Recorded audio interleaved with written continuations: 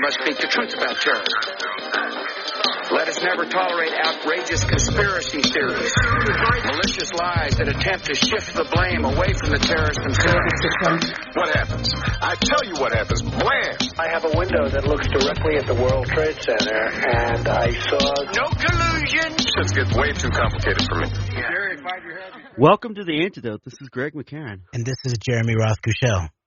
It is Wednesday evening, January 13th, 2021, and tonight on this recording, what we would like to do is, I guess we'll call it a retrospective, kind of a retrospective slash maybe, line in the sand, marking a territory, so to speak, of where we stand in terms of like the current political and social climate, media, and as far as that goes. And we're going to talk about some of the areas that from when we started to now, and even over the last couple of years, just areas where we've talk about like where we've come to in terms of our perspective and understanding on things, and our as far as wide ranging from the political moment to the state of media, and we're going to get into all that. But first of all, I guess we would be remiss if we. And this will be a perfect segue into where we're going, is the events of the past week. Of course, the focus is still on the events of January 6th. And just today, we've been the House of Representatives. For the second time, 10 Republicans, I believe, joined every Democratic member of the House in voting to impeach Donald Trump for inciting insurrection is the charge. And this is the first time in American history a president has been impeached twice. And I guess this comes down to the Senate. And I believe this impeachment, even though Trump's on his way out, is going to have more of an impact in terms of long term. Because I believe if Trump's impeached, that means if he gets impeached again, does that affect his ability to run for president again? Yeah, I don't believe that he cannot run for president again. He would not get Secret Service protection. He would not get $1 million travel budget a year, I think it is, and then some other kinds of expenses. And is it also the case that he wouldn't get a presidential library? I'm not sure. Somewhere in there. That's very, very interesting. But I guess, is this thing going to go on after the inauguration? Because the way it's being talked about now is a drawn-out trial with Trump considering. And by the way, we're both hoping he does this because I think it would just be so.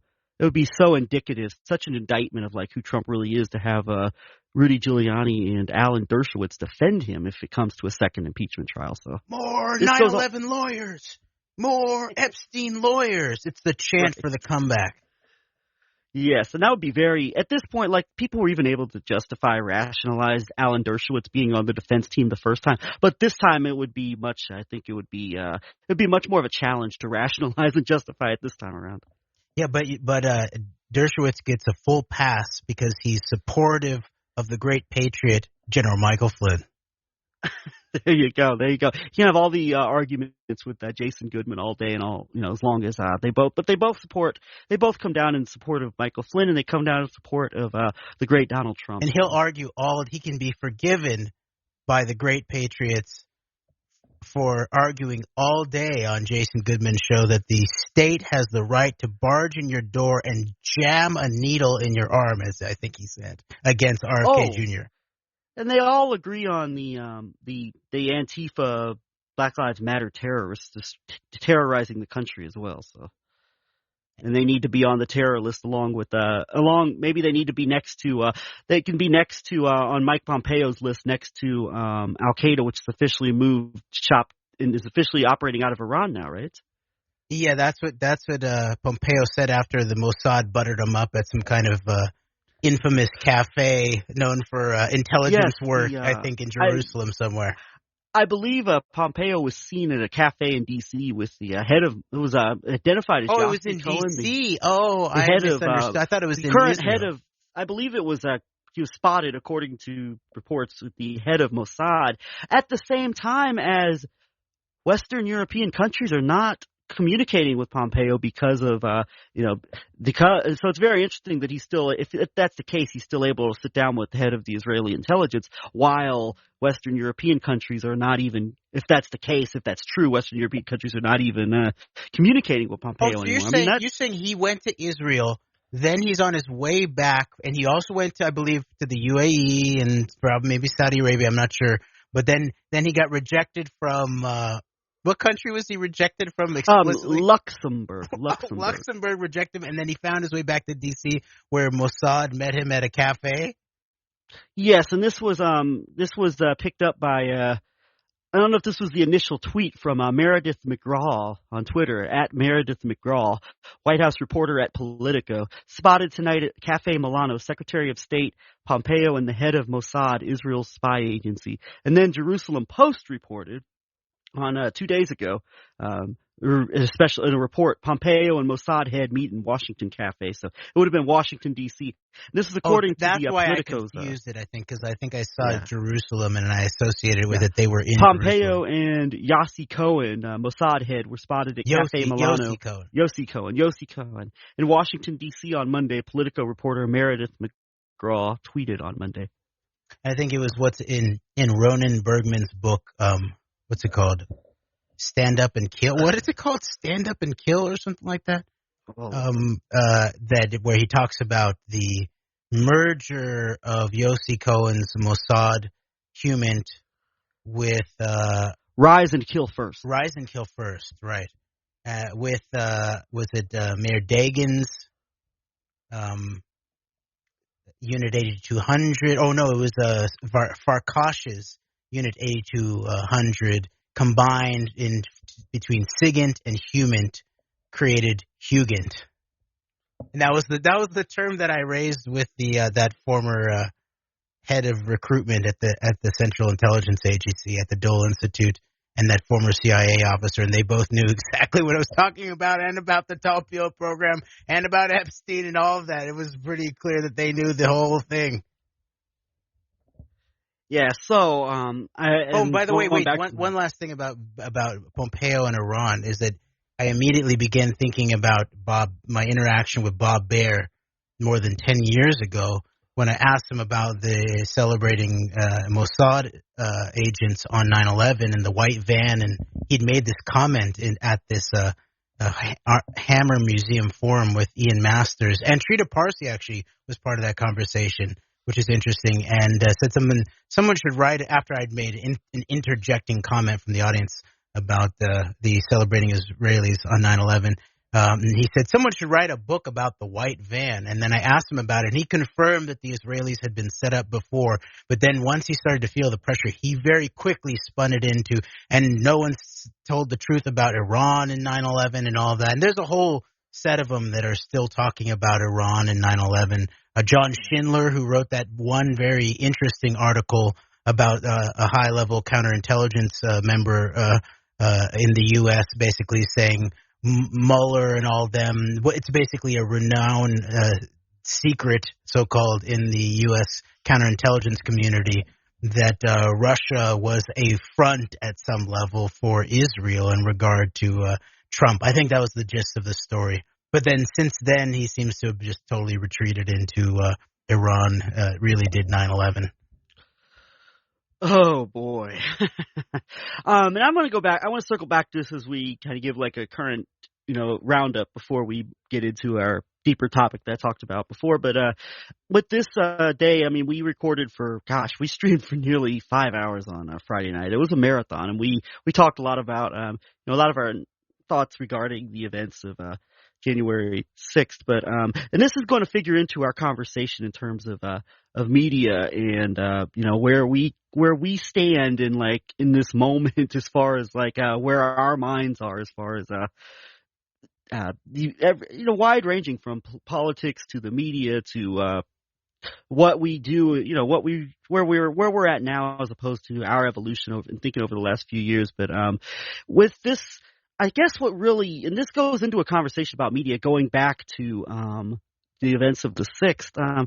What drives, I guess, it amazes me, and it's kind of sad to me that people are really spending so much time and energy trying to prove that there had to be some nefarious element, provocateur element put in place to frame the patriotic, Trump supporters for what happened in D.C. on Wednesday. Well, what I ultimately see, and look, I'm open to conversations about some aspects like that. I'm open to conversation about this not being all that it seemed, because there's I think there's ample evidence that this event was not all that it seemed to be. Or maybe it's more. It actually seems like it's more than it seems to be. Yes. Yeah. I mean, there's a lot of stuff that absolutely should not have gone down in in the Capitol on last Wednesday.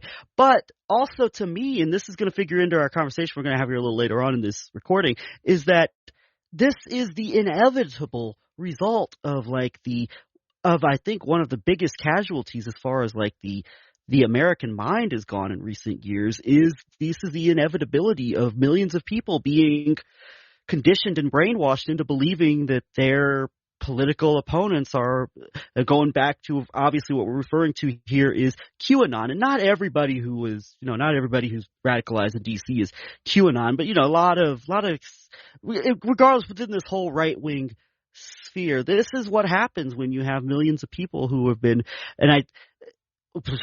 believing that your opponents are literal evil, like in terms of like spiritual evil. And I think all the talk about the election being riled up, and if you traveled there in the first place, you were definitely radicalized to a certain fault, as we saw with the poor woman Ashley. Her last name's escaping me. Babbitt, I think. Ashley Babbitt, who was killed in the during the event. I mean, totally tragic. But I mean, this is an example of just how people had been radicalized to a level where they were literally willing to go, it seems like, to DC to fight to save their president, to save their country by saving Trump, basically. And I think what happened was, and we'll link in our show notes to a definitive Seth Abramson Twitter thread where he breaks down piece by piece the Trump speech from before the certification and the storming of the Capitol, where he really shows, I think, very, very excellently lays out how exactly how that speech was indeed an incitement for what went down. And he was a public defender, I believe, for years, actually. So he's very precise and careful around legal concept, legal language, what can be defended, right? Because he would want to be able to defend his client. So he's probably seen all kinds of situations about what can actually be defended in a legal fashion, and then what cannot be. Yeah, so we're going to link to this speech. I think it's a combination of what he said, but also like even going further. And we've talked about I think Seth Abramson refers to this as well in his thread, how Donald Trump knows the combination of like Hollywood and also basically being acting as like this as this mob figure his entire life. He knows the language and like the ways, and also this would also go back to even his background going back to the Norman Vincent Peale days and neuro-linguistic programming, all the things that Scott Adams, creator of Dilbert, brags that Donald Trump's well versed in. I mean, I think there's a lot going on here, but even taking like all like the psychological, subconscious elements out of it, I mean, very clearly, I mean, the atmosphere and the mood and the environment combined with, I think that speech just like poured a lot of gasoline on top of a fire that was already burning. And I mean, I think at this point, rather than, I think so much energy is being put into trying to like prove that Antifa or whoever else infiltrated the setup, the Patriots, or if you're Alex Jones now, QAnon, to save his own ass. QAnon is also aligned with the feds and Antifa to make the Trump supporters look bad. And if he only had 25 people, we would have went in and tackled all of them and stopped this. So, I mean, but even taken outside of that, I mean, so much attention's being put into trying to prove who infiltrated this and who in the deep I've been state telling Q to knock it off from the very beginning. Except for when I was telling that I knew them and they were all good for like months. And I told the QAnon people to stop warning about saying the deep state's headed to Guantanamo, but my former employee, Jerome Corsi, would talk about the deep state being headed to Guantanamo back in the good old days when we were still pro-Cuban. But I digress. But moving beyond that, so much energy is being put on like trying to prove Antifa or whoever else infiltrated the rally, and it couldn't just be. But ultimately, I think the evidence points to that these well-meaning but tragically misled, and misled is an understatement, people were ultimately they were like lambs fed to a slaughter, or basically they were sent into I think they were ultimately sent into a massive trap. And you notice Donald Trump, the presidential coward, said, I would march with you. And he ended up going back to the White House and watching this. And if the report to be believed, refusing to take any action to stop this. So, I mean, I think the evidence is very strong that these people were ultimately led to their own demise. I mean, unfortunately and sadly, they were set up to fail. But were they set up to fail? This could have been much worse as well. But ultimately, ultimately things failed, and I think they were sent there. They were sent there and riled up into a very, very bad situation. Is where I think the evidence ultimately goes to. Well, what I was going to say, Greg, was that I was going to march with them, but then I finally got Mike Pence on the phone and asked him whether he wanted to be a hero or a pussy, and he chose pussy. So then, all right, I'm going to go pussy too. Okay. But I want to make 3 quick points, Greg. One thing is that you started out by talking about the issue of like the overarching question of what sounded like the truth in this era and the moving target of information. And so I thought of that point about that infamous quote of that the truth is the first casualty of war.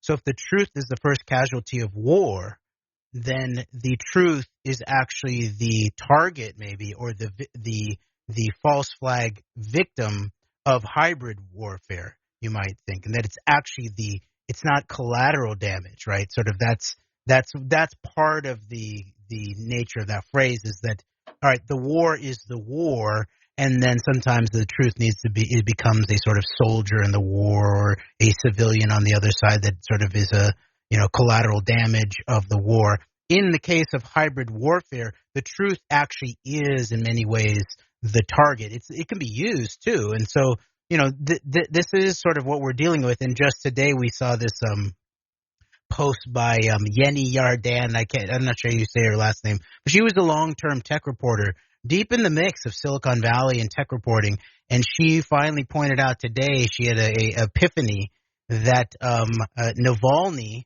She found out that Navalny was a longtime friend and parent associate of Esther Dyson, who's deep in the middle of the Epstein Silicon Valley network and also a long-term Russian tech investor type. But even beyond that, she's sort of a thought leader in some of these terrains. She actually should be like one of these Silicon Valley big tech people that the true conservatives who are wary of tech overreach should be looking at in terms of actually, a behind the scenes kind of character rather than just Jack Dorsey at Twitter, I think, who's basically sort of out in the open about who he is and what his background is. So that's one thing. And she pointed out that Navalny and Esther Dyson makes that whole relationship makes her very question Navalny. And maybe for us, I don't know if this is speaking too much for you, Greg, but it feels like this is we've been pondering this Navalny question for a long time in relationship to the Russian Putin power, the Vladislav Surkov background of hypernormalization, the creation of theater, right? If there's a theater of war, a theater of actually kinetic war, then there's also a theater of hybrid warfare, right? And that's really what Surkovian warfare is hybrid warfare, but more for the domestic, sort of designed primarily for the domestic audience. He's sort of like more of like a Bannon type, like a sort of a domestically oriented political advisor who may have national security overtones. So I think we now have enough data points to believe that Navalny is a Surkovian player or Surkovian agent of some sort, and that he plays the role of both being an alleged opposition in Russia, but also moving the the Overton window in many ways, making it more comfortable as the further neocon to Putin's right and certain maybe cultural nationalism, anti-Muslim, war on terror kind of dynamics. He actually opens the space up to Putin's right while also making it seem like there's a strong opposition dynamics. And so then we began to think through the actual dynamics of potential false flag actions of his poisoning, and that it's very likely that if this is the case, then someone like Putin was involved in it, but not for the reason that the entirety of the sort of liberal intelligentsia in the West believes, because he was trying to kill him. But no, he was trying to show that he actually is trying to give him authenticity. So we begin to go through the Skripals and all of this. So because we know that many people have been effectively poisoned in a Russian sphere, and journalists have been effectively killed. And I was just saying to you before we started recording that the fact that so many journalists have been marked for death in Russia, and it's not all the case that it necessarily goes to the highest levels. There's lots of different circles of interest that might have some kind of thing. But you would imagine that there's some kind of, writing off of that at the highest levels in a security state. And that is the mark that if journalists like that are knocked off regularly, then an actual political opponent operating domestically would very likely be treated just the same. And so that's interesting, because remember that the dynamics of Surkov and hypernormalization was not just setting up fake opposition, but it was also letting it be known that you're setting up a fake opposition, because then it creates this dynamic where the truth is then targeted as the false flag first victim, the initiating victim of the hybrid warfare. So that's one thing. And then these last two will be real quick, I promise.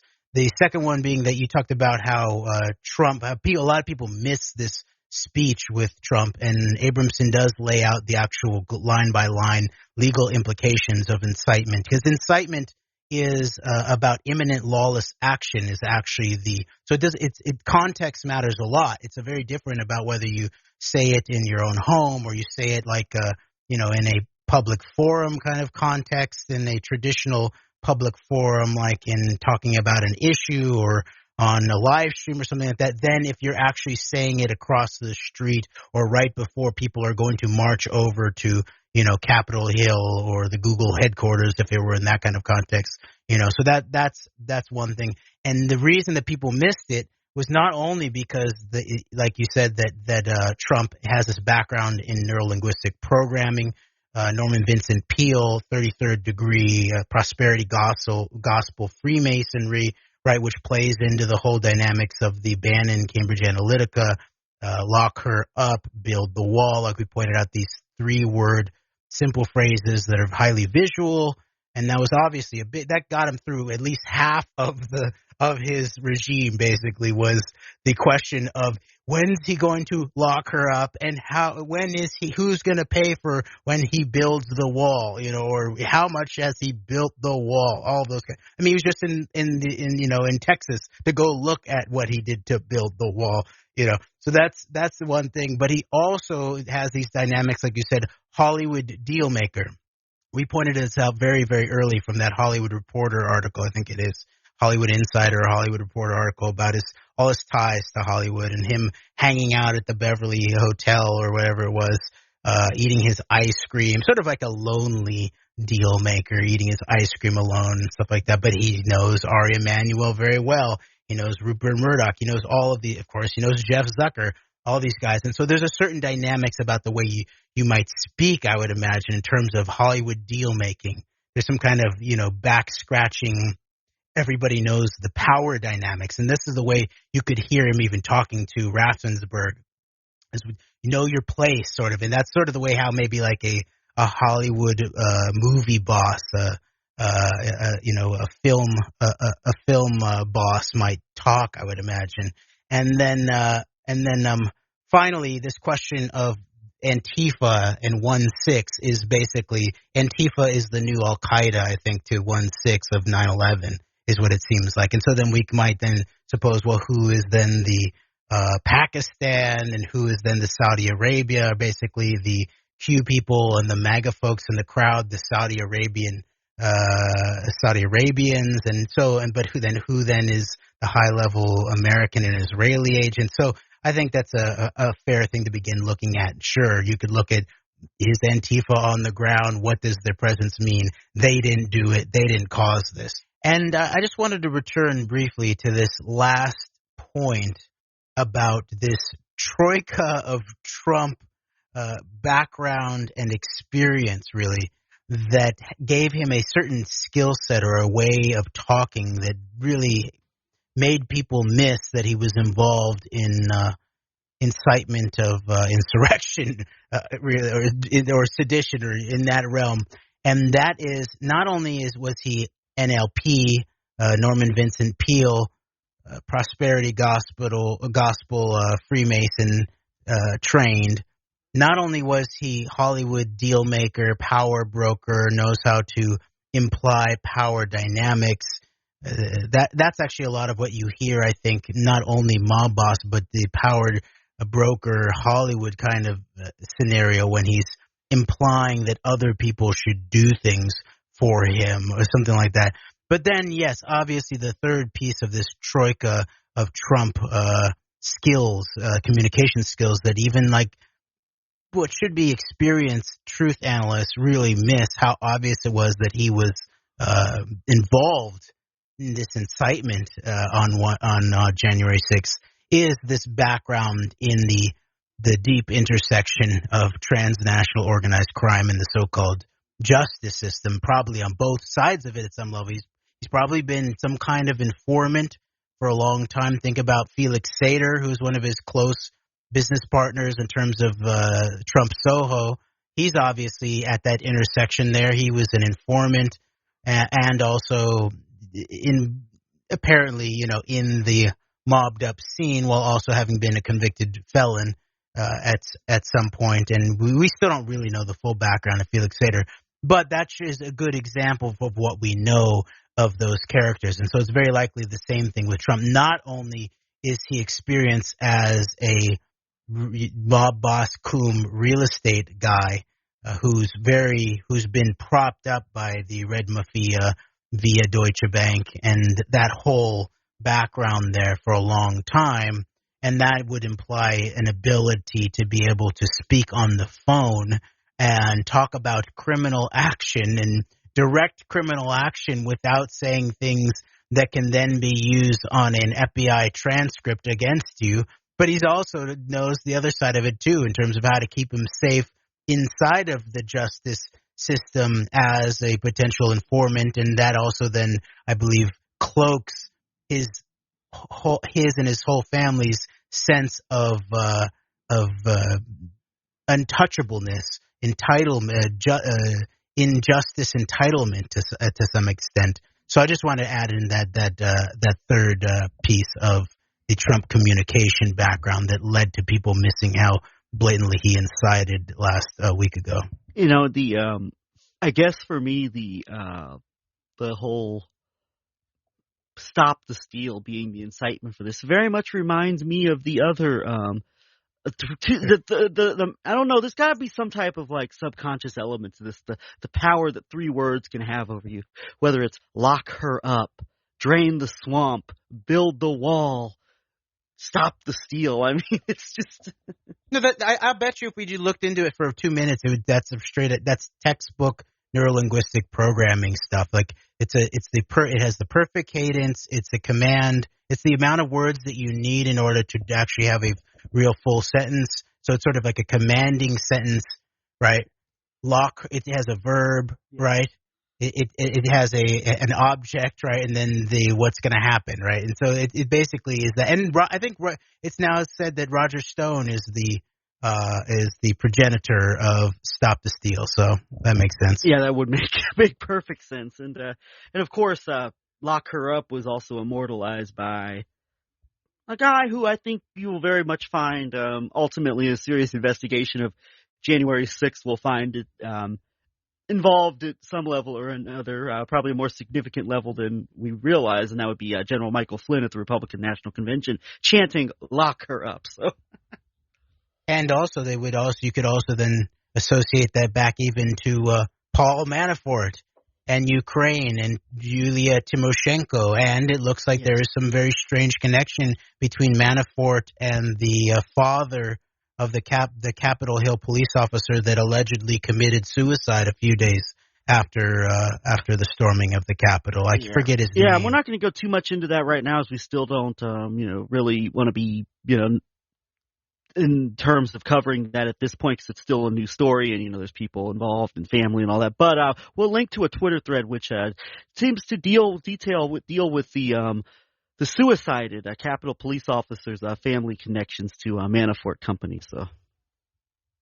Okay, so on that note, and real quick, going back to, I'll just tie up a loose end on the Alexei Navalny story, and we'll link in our show notes to Foreign Policy back in October of 2013, published an article now with this connection that you're laying out here with the Dyson Navalny connection, a very, very interestingly titled article from 2013, even before all of the stuff came out with, Crimea and Ukraine and the Sochi Olympics and Russia kind of becoming public enemy number one in, the current context.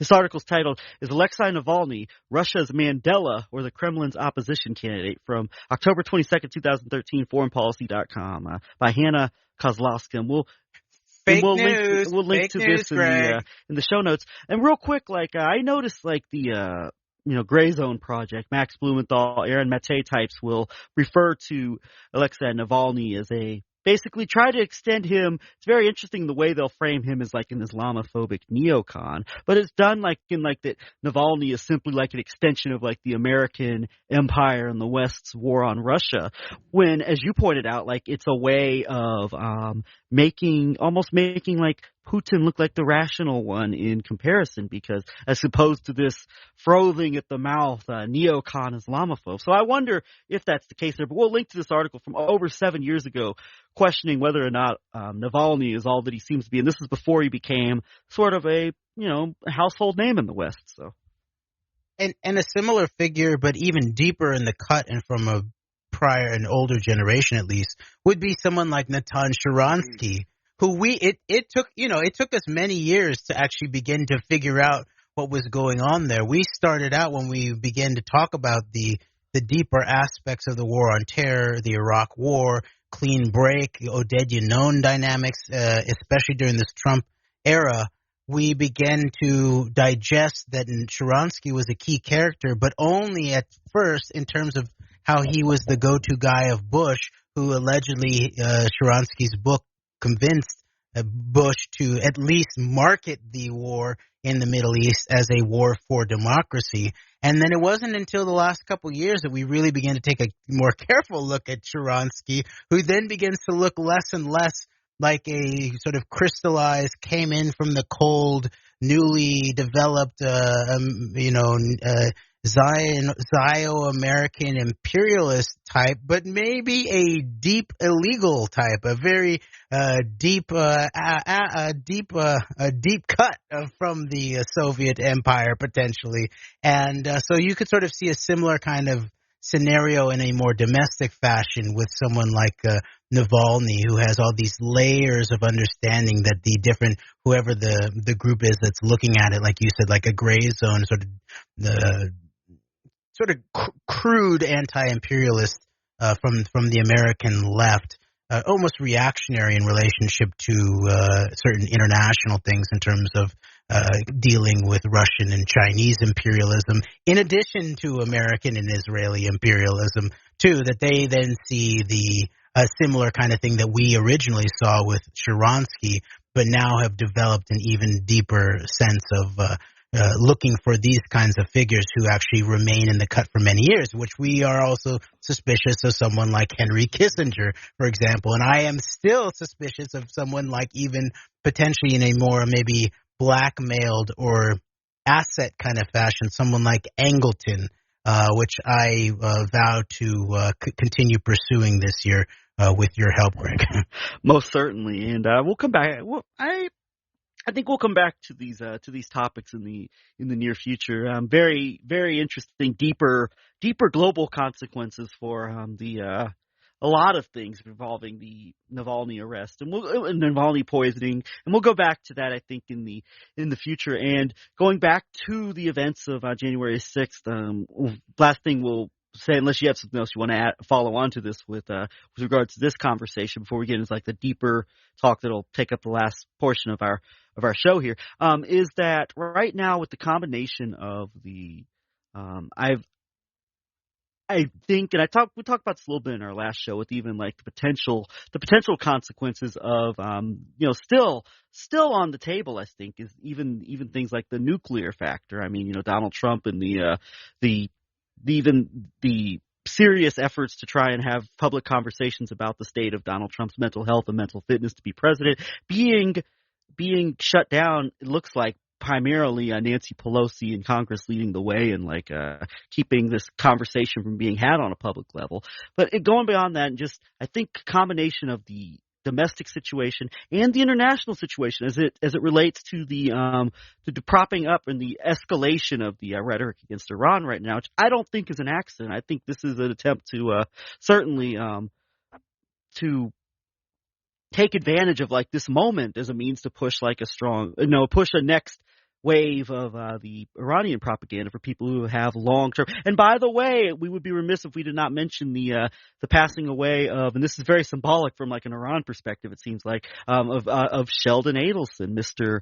I wish I'd been able to serve in the Israeli military rather than the American military. A one-issue person obsessed with, talked of on many, I doubt the public time when he was caught on a hot mic saying, talking about dropping a nuclear bomb on Iran was the only time he ever thought about it. But I mean, a man who was pretty. And that wasn't caught on a hot mic. He was having an open conversation with Shmuley Boteach. Yes. So imagine what he actually would say on a sort of hot open mic.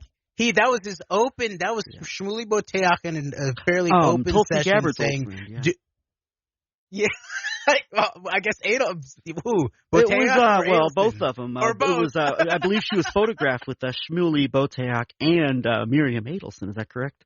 If I recall correctly. Yeah, that was back when she was who knows? Maybe this was actually at that event. I might have been a Christians United for Israel event. I'm not sure. I'm not sure. Yeah. But anyway, digressing though. I mean, yeah. I just do want to point out that what he specifically said was Boteach asked him whether he was for dealing with Iran, and he said, "Dealing with Iran, this is what I think about dealing with Iran. You pull out your cell phone, even if you're on roaming charges. You call in the U.S. Air Force to drop a bomb in the middle of an atomic bomb," he said, "in the middle of the Iranian desert. No one gets hurt except for some scorpions. And you say, you stop with your nuclear program, or the next one goes to your cities." That's what he said in terms of making he said that's all they understand too. So he perpetrated what's really been used by decades by the Israelis in terms of the quote-unquote Arab mind. He was using it in relationship to the Persian mind, right. that they only understand brute You're force. right, it was open. It wasn't a hot mic. It was caught on. I guess you're correct. It was definitely not a hot mic. It was caught on video by Philip Weiss of Mondo Weiss. So it was not caught on a hot mic. So thank you for correcting me about that. But it makes you wonder what would be said what is said when you're not on. Exactly. When you're in private, I mean, what the hell said in private? I mean, if Nancy Pelosi will publicly say the relationship with Israel will be saved in the event of the Capitol burning, then I mean, what's said in public? Exactly. So what does she say in private? Yeah. And one last thing about what he also said in that thing when he said that he'd rather what a shame it was that he didn't wear the Israeli uniform and only wore the U.S. uniform. He then said it was his son's bar mitzvah, and that he 13, and then so he wants to grow up an Israeli sniper. And remember, what Israeli snipers in their history was shooting, Palestinian youth. Yeah, I mean and it seems like Adelson is like a symbolic of the moment. It's very much, I think, from a symbolic perspective. And obviously Mike Pompeo just meeting with the we talked about that with the head of Mossad in D.C. at the cafe, and the escalated, ramped up language. So with and Pollard, yep. Flying back. Also, Adelson's part last big event was flying Pollard back to Israel. So I mean, there you go. So, but I think, and we talked about this, we're in a moment of almost like unparalleled uncertainty is how I described it in terms of the domestic and the international situation. Right now, I think unprecedented in our modern American history, we're in a moment where there's a genuine uncertainty around even something as routine as an inauguration and the quote unquote peaceful transition of power. That is, that's not something that can be said with a certainty is going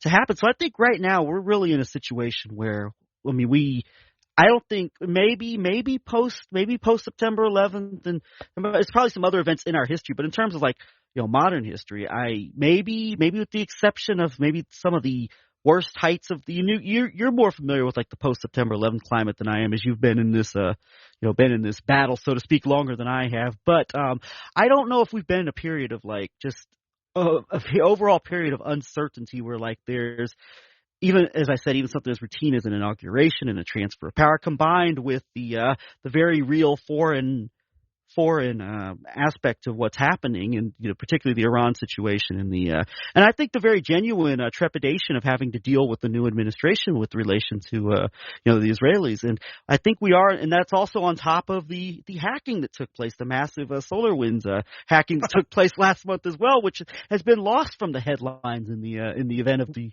Which is wild, Greg, that you mentioned that, because just today and yesterday I received a PACER notice from the Eighth Circuit Court of Appeals in relationship to my appeals case, that they were implementing a whole new regime of security around certain kinds of documents that were filed based on recent hacking or documents that had been taken and stuff like that. So it's affecting even the federal court system in a way that I'm unaware of, and I've been involved in it for at least a few years now. Yes, and so all of these factors, and it's a very, very uncertain moment in so many different capacities, and I've talked about both the short term and the long term consequences of this whipping the public into a massive frenzy about the idea that their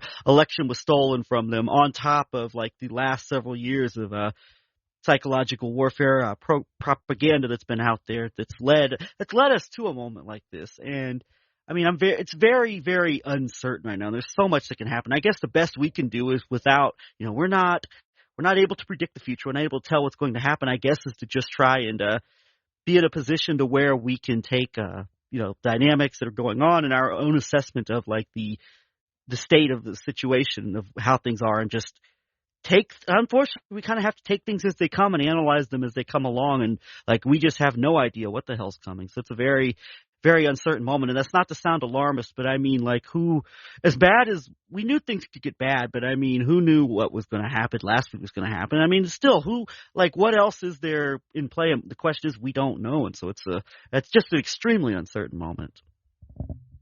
Oh, definitely, and it as you were saying, I think it actually is totally unprecedented, because even in relationship to the most dangerous and danger-filled moments post 9/11, even with the credible threats of an escalation, maybe in the second Bush administration around Minot, and the escalation of the words by people like Cheney and Chertoff, sort of threatening that Al Qaeda was getting their hands on dirty bombs and all of that.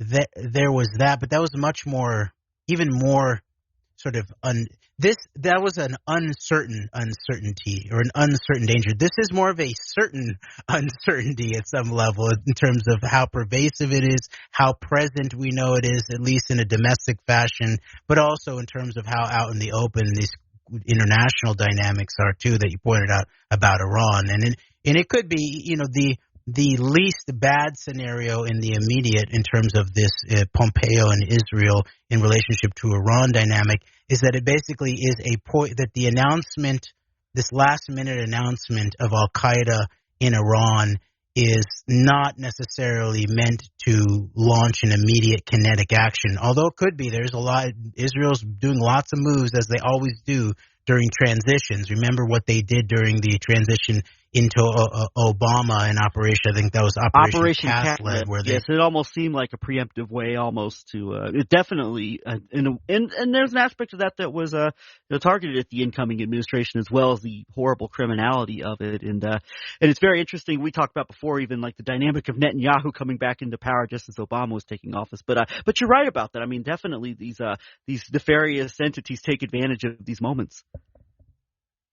Yes, and I think you're right that one was very, very similarly to this, that it was not just taking advantage of the moment on the Israeli side, but it was targeted at the incoming administration. In that case, I think it really set the tone for it. It was part of the original moral compromise. It was the first sort of serious moral compromise of Obama, was that, and then his total acquiescence, his total moral acquiescence and veritable silence in terms of serious critique in the face of that mass criminal violence being done by the Israelis against the was that in Gaza. Was that in southern? Yes, that was in Gaza. Yeah. That's what they call quote mowing the lawn. The sickos. Right. So. Yeah. So I do think that was sort of a mob boss kind of move, while also bringing Obama in publicly, the Nobel Peace, who was eventually very quickly thereafter going to be the Nobel Peace Laureate, be like, oh yeah, how much of a Nobel Peace Laureate are you with us? Netanyahu putting his crook of his arm around Obama's neck. We're in this together, buddy.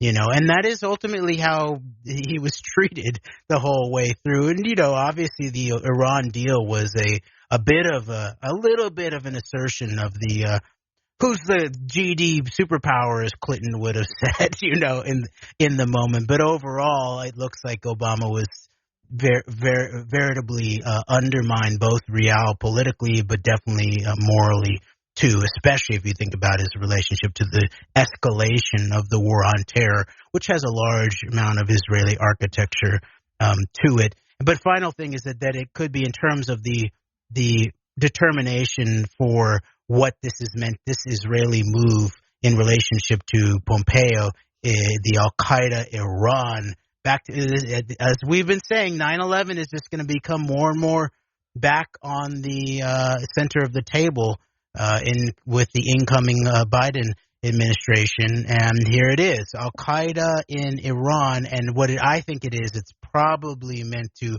poison the well for the rejoining of the Iran nuclear deal.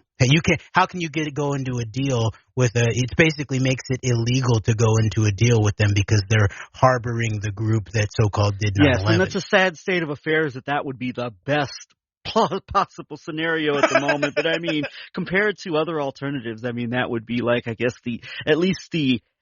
at the moment, temporarily least destructive option. That's a pretty sad state of affairs that we would even have to look at this as because it's the last thing from a positive, but nonetheless, like compared to other alternatives, I mean, but, and we'll do the best we can here as like events happen. As I said, like who knows what's going to happen in the days and weeks to come, but I mean, we'll just try to, just have to try to analyze these events as they come along. So anyway, what we'd like to do here as we, finish up this recording is I guess we're going to take a step back almost. Like once again, we're going to look forward and backwards as we've been talking about in our recent shows with relation to how events should be perceived as far as like whether it's accountability of criminal politicians and other criminals or in terms of our own programming and the state of our own worldviews and understandings of the world. It's important for us to both look forward and look backward. And so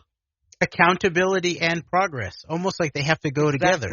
And so for those who've been following us, I mean, we've been doing this program on a semi-regular basis. I mean, I think we've been pretty consistent in churning out material, not always as consistent as we'd like to be, and we're definitely far from perfect in terms of our presentation. There's a lot of areas of improvement that we've been talking among ourselves about taking more steps in those areas. But as far as we started in September of 2016, I believe the first show we did was actually a program themed around September 11th back in 2016. That's the first recording for the first show for the Antedote we've ever done. And I guess to say that we've come a long way in our thinking over the last close to 4.5 years would be an understatement. And I guess I'll talk about myself a little bit here. Is that when I presented to you this idea for the Antedote as I titled it Antedote, Antedote, as in upping the ante, raising the stakes of something. And our stated goal was to up the ante, raise the stakes of the discourse in terms of like what we refer to. And we're increasingly not a fan of this particular term, but alternative media in terms of like what we thought of at the time, what we described as alternative media, more conspiracy oriented media, conspiracy friendly as far as like types of media that will be critical of official narratives and official government narratives and policies, etc. The usual lines of like what has been referred to as the alternative media. And so I very much was in a mindset when we started this show, like, and I don't even think it was conscious on my part, but I was in a box where like I only wanted to market this program to what we call the alternative media. People who are like already, whatever buzzwords you use, red-pilled or whatever. God, I hate these terms. But anyway, but that was my mindset. And I had a mindset of like, this is our box. This is where we're oriented to. But I guess over the last 4 years, and I think even the events of this past week where we see the fruits, so to speak, the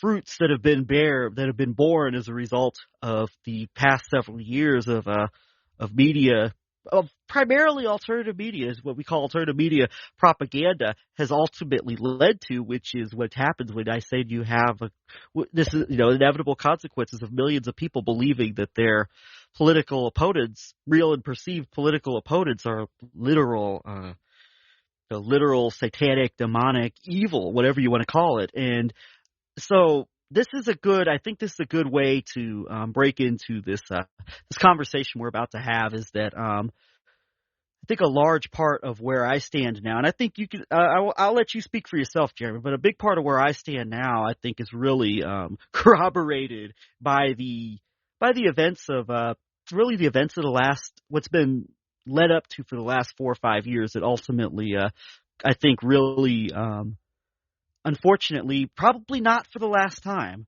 reared its ugly head a week ago today. Yes. And I think that first, on the surface, I think it's very obvious that that our weak points have been largely in relationship to our commitment to professionalism and the disciplined aspect of journalism, basically, of where the presentation and the product can be important, maybe even as important as the what would be called the content, in relationship to how effective it can, how far it can reach, and all of that. That is obviously an area where we we've made the least strides, I'd say, in certain ways.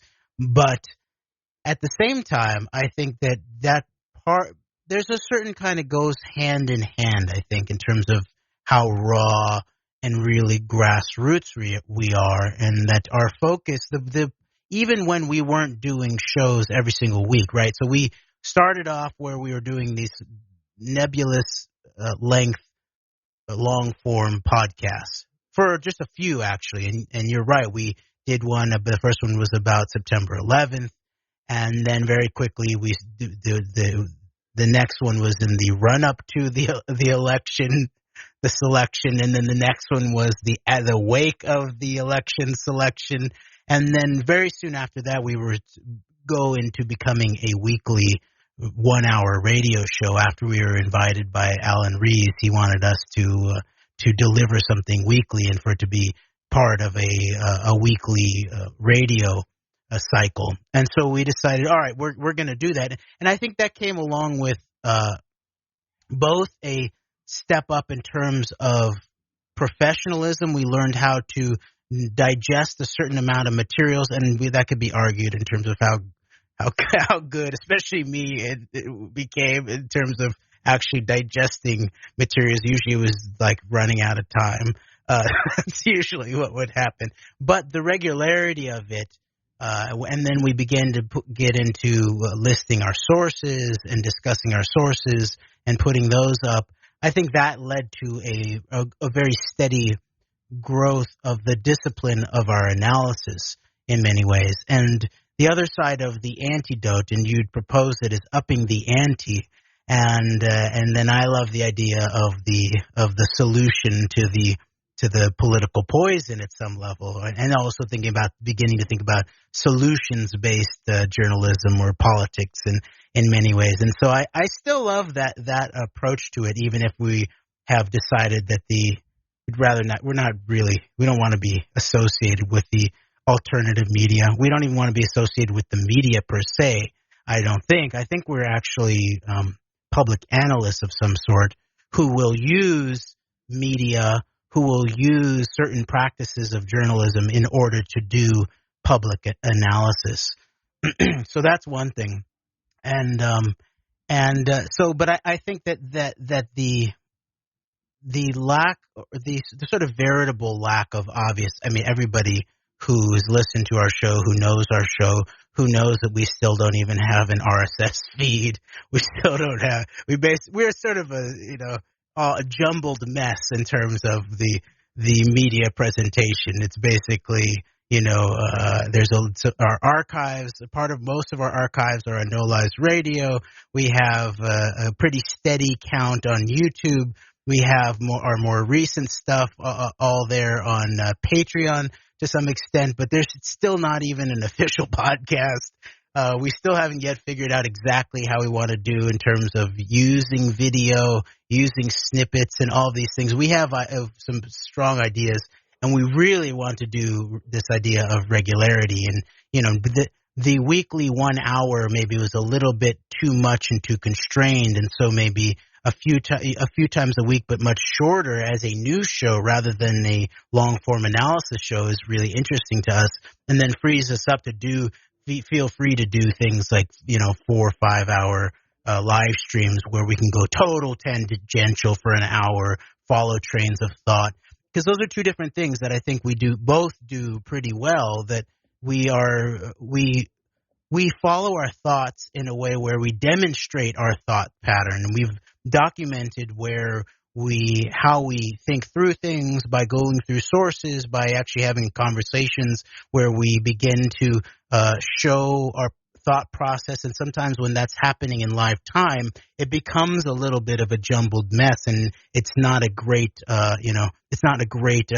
article or essay format. It's more of a notebook of some sort. But there's some interesting gems that you could pick up in the midst of all of that. And so I guess the final point in terms of our form, in terms of these topics, is that even when we were not totally steady, like when would begin to take breaks from a weekly show, or when we even took monthly breaks at times, when different things, personal stuff might happen, case stuff. Just we needed a break. We would take we've been taking longer breaks at times.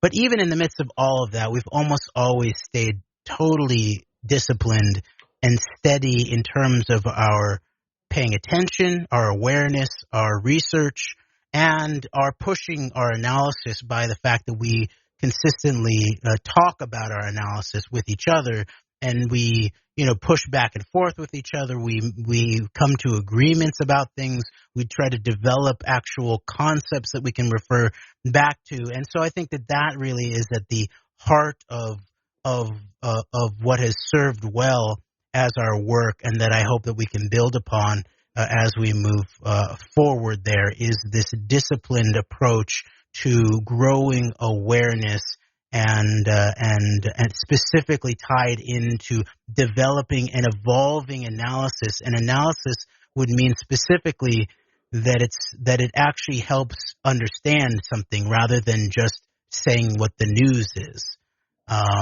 But at the same time, I think we also do pretty well in terms of like being able to actually follow the news, describe the news, put the news in context, verify the news, try to fact check, use different potential sources, and all of that. And so I think the biggest area in terms of like my growth, I would say, in terms of my understanding through these years of the Antedote, has been right in the realm of what you originally started there with, Greg, in terms of how we first saw ourselves as part of the, alternative media, truth movement, conspiracy analysis, and we've never given that up. I think it's just like that it's become clear to us that like you said, just the nomenclature, just the concepts of all of that is totally weaponized in many ways, and it really has been exposed so much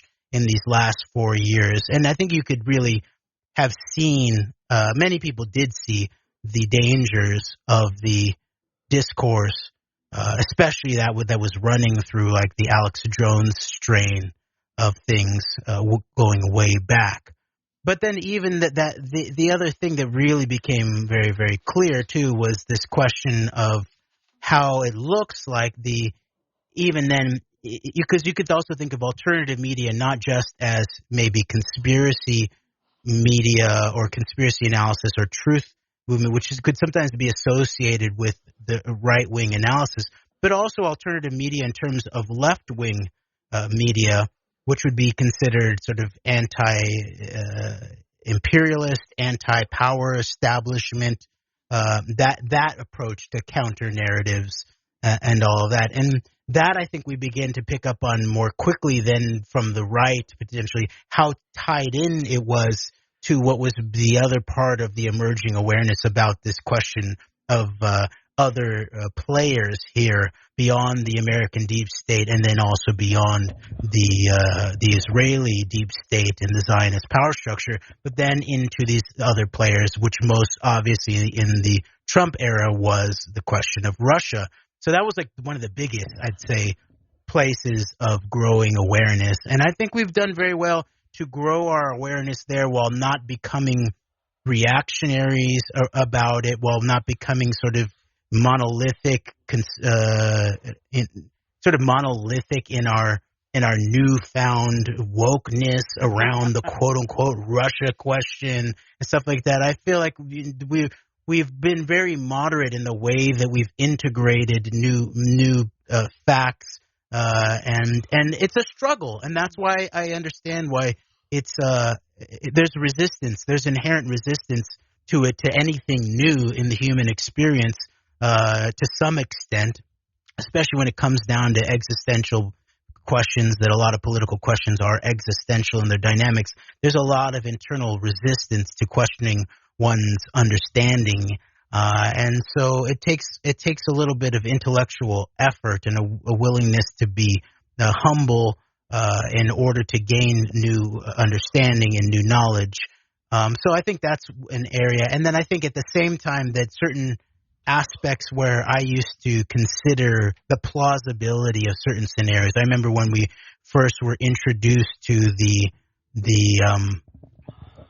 one aspect of the Q narrative. We both had a strong sense of there's something wrong here. But I remember thinking about the sealed indictments, and I was going to go research it, and could it be? It's plausible. Let me see, what is this, and all of that. And so that's the type of thing that I would still go look at. But because I've now understood also, like I can begin to spot the avalanche of the sort of out there claims. We've seen this so intensely in relationship to the rise of like the Kraken couple, Lynn Wood and Sidney Powell. Thank you. I mean that the level of and they just keep coming and they keep coming, and now it's Italy and the Leonardi satellite servers and You know, I mean, all of this stuff is plausible to some extent. It sounds a little wild on the surface. It's not against the laws of physics, so you would have to say it's physically plausible.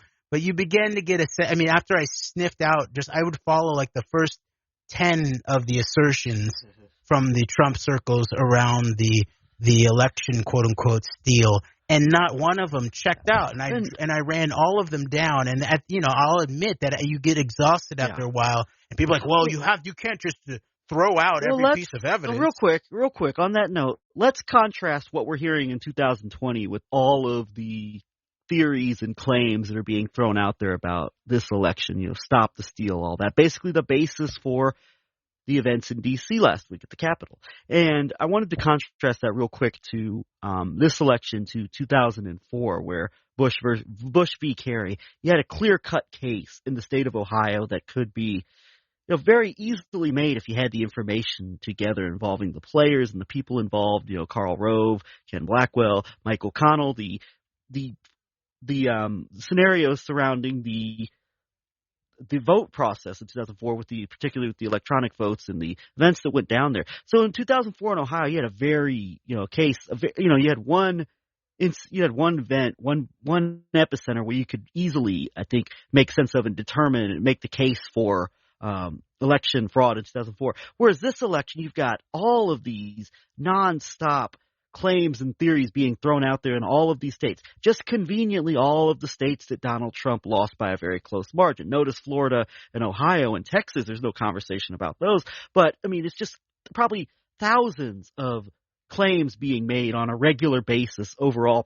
I would say thousands of claims have been made about this election. You can't begin to make sense of just about anything, which really I think I don't even think you can even have a comparison like 2004 to 2020. And so that's just an example of just like not being able to make sense of anything, and just the prevalence of, I would say, conspiracy culture in such a really a great example of the toxification of conspiracy culture and of questioning the institutions and your government in a manner that's just completely counterproductive to any type of like positive effects as a result of it. So I just wanted to contrast that real quick.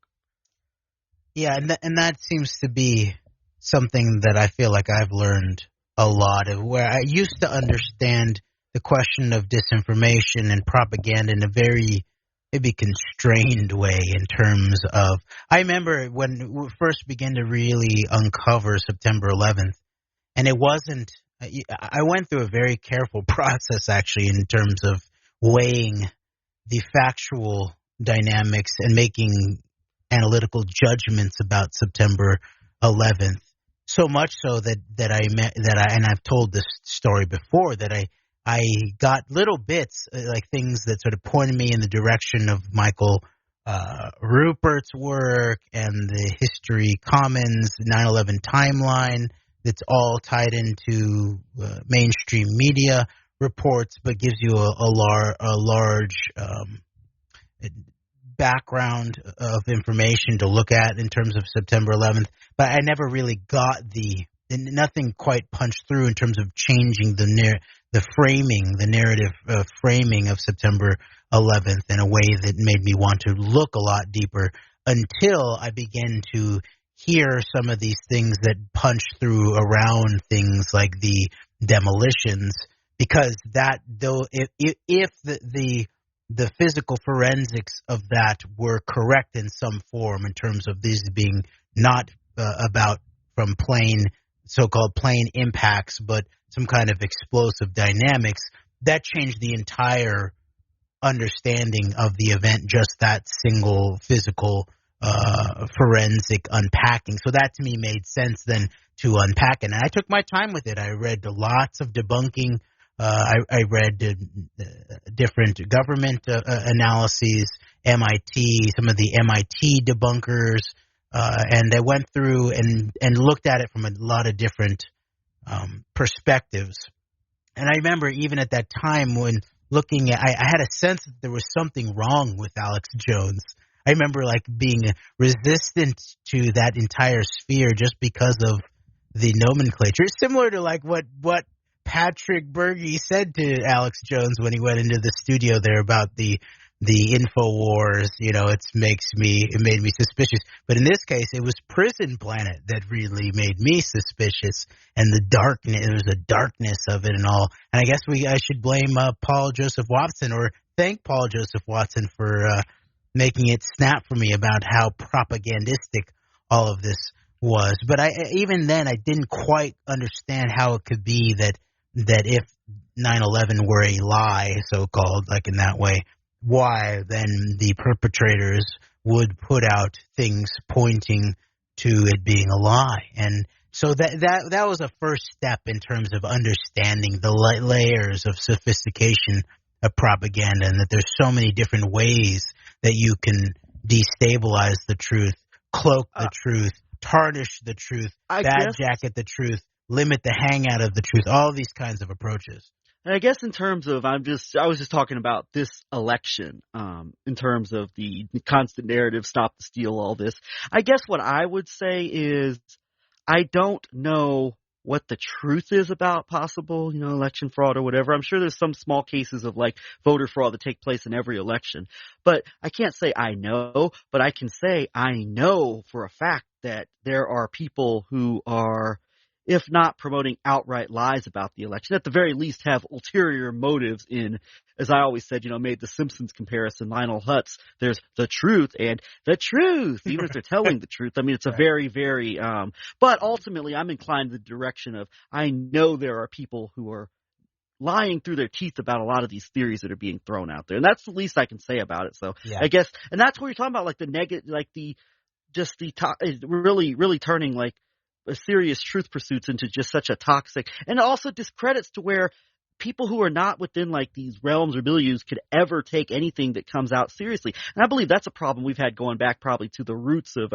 conspiracy culture, as we talked about in I wanted to name off a couple of episodes where we really talked in detail about this conspiracy culture dynamic. And one episode was titled Conspiracy Culture in America. That was from November 29th, 2017. And then the other one I will name off is Strategy of Tension and Partisan Weaponizing of Conspiracies, from John Birch to Jerome Corsi, from November 26, 2018, as well as our episode JBS, Soros, Boogeyman, and False Paradigms, from November 3rd, 2017. So people could check out those 3 episodes to get a bigger picture analysis of some of our takes over the years on conspiracy culture in general, and just part of the formula historical recipe that got us, I think, into this what we've described as like the conspiracy culture, truth movement being on life support. And it probably has been for a long time, but it's really obvious now.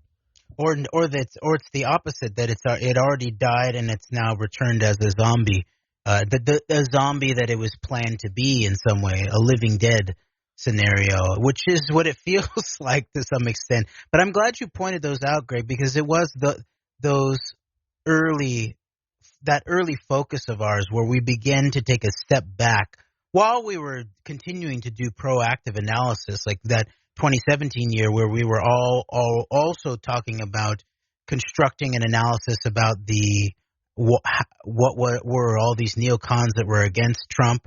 We figured that it was a combination. Some of them was about actually reverse psychology, simplistically as that. But then some of these other ones, we figured there was actually a neocon split, what we then called neocon 2.0, paleo neocons, such as Crystal and Kagan, who identified as Israel seconders, America first imperialists, Zio-American empire, conjunction types, but unipolar types, but they are comfortable in the United States, they're American imperialists. Yes, they are deeply Zionist too. And then versus some of these other types who were a combination of Israel firsters, maybe some of them were also American imperialists too. They probably would be most comfortable with the U.S. running the show, but they're primarily had sympathy or loyalty to Israel. And then maybe that's a third camp, but we would associate them as one side against the paleo neocons, those that supported Trump. Were these more multipolar neocons that were actually not really about American imperialism or the unipolar moment. They were under the guise of multipolarism, part of potentially a shift of power with Israel as this anchor point out to what obviously began to show up in the 11/9 Trump operation as most obviously Russia, but more and more then you begin to see the China-Israel connection is so crucial and decades back. And so I think that during that same year, as we were doing these shows that you're talking about, where we were taking a step back and doing a meta-analysis of conspiracy analysis and doing the counterintelligence aspect that you've always had a strong eye for in terms of the grammar of counterintelligence, meaning the data and the characters and the facts and times and the sources and who is backing whom, who said what, when, who worked with who, all those kinds of things. You have a very strong grasp on those details that are crucial to be actually laying out doing a credible and fact-based analysis of a counterintelligence, meaning like who is disinforming you, what is the nature of the conspiracy movement. And so then we begin to look back towards, well, how did this evolve?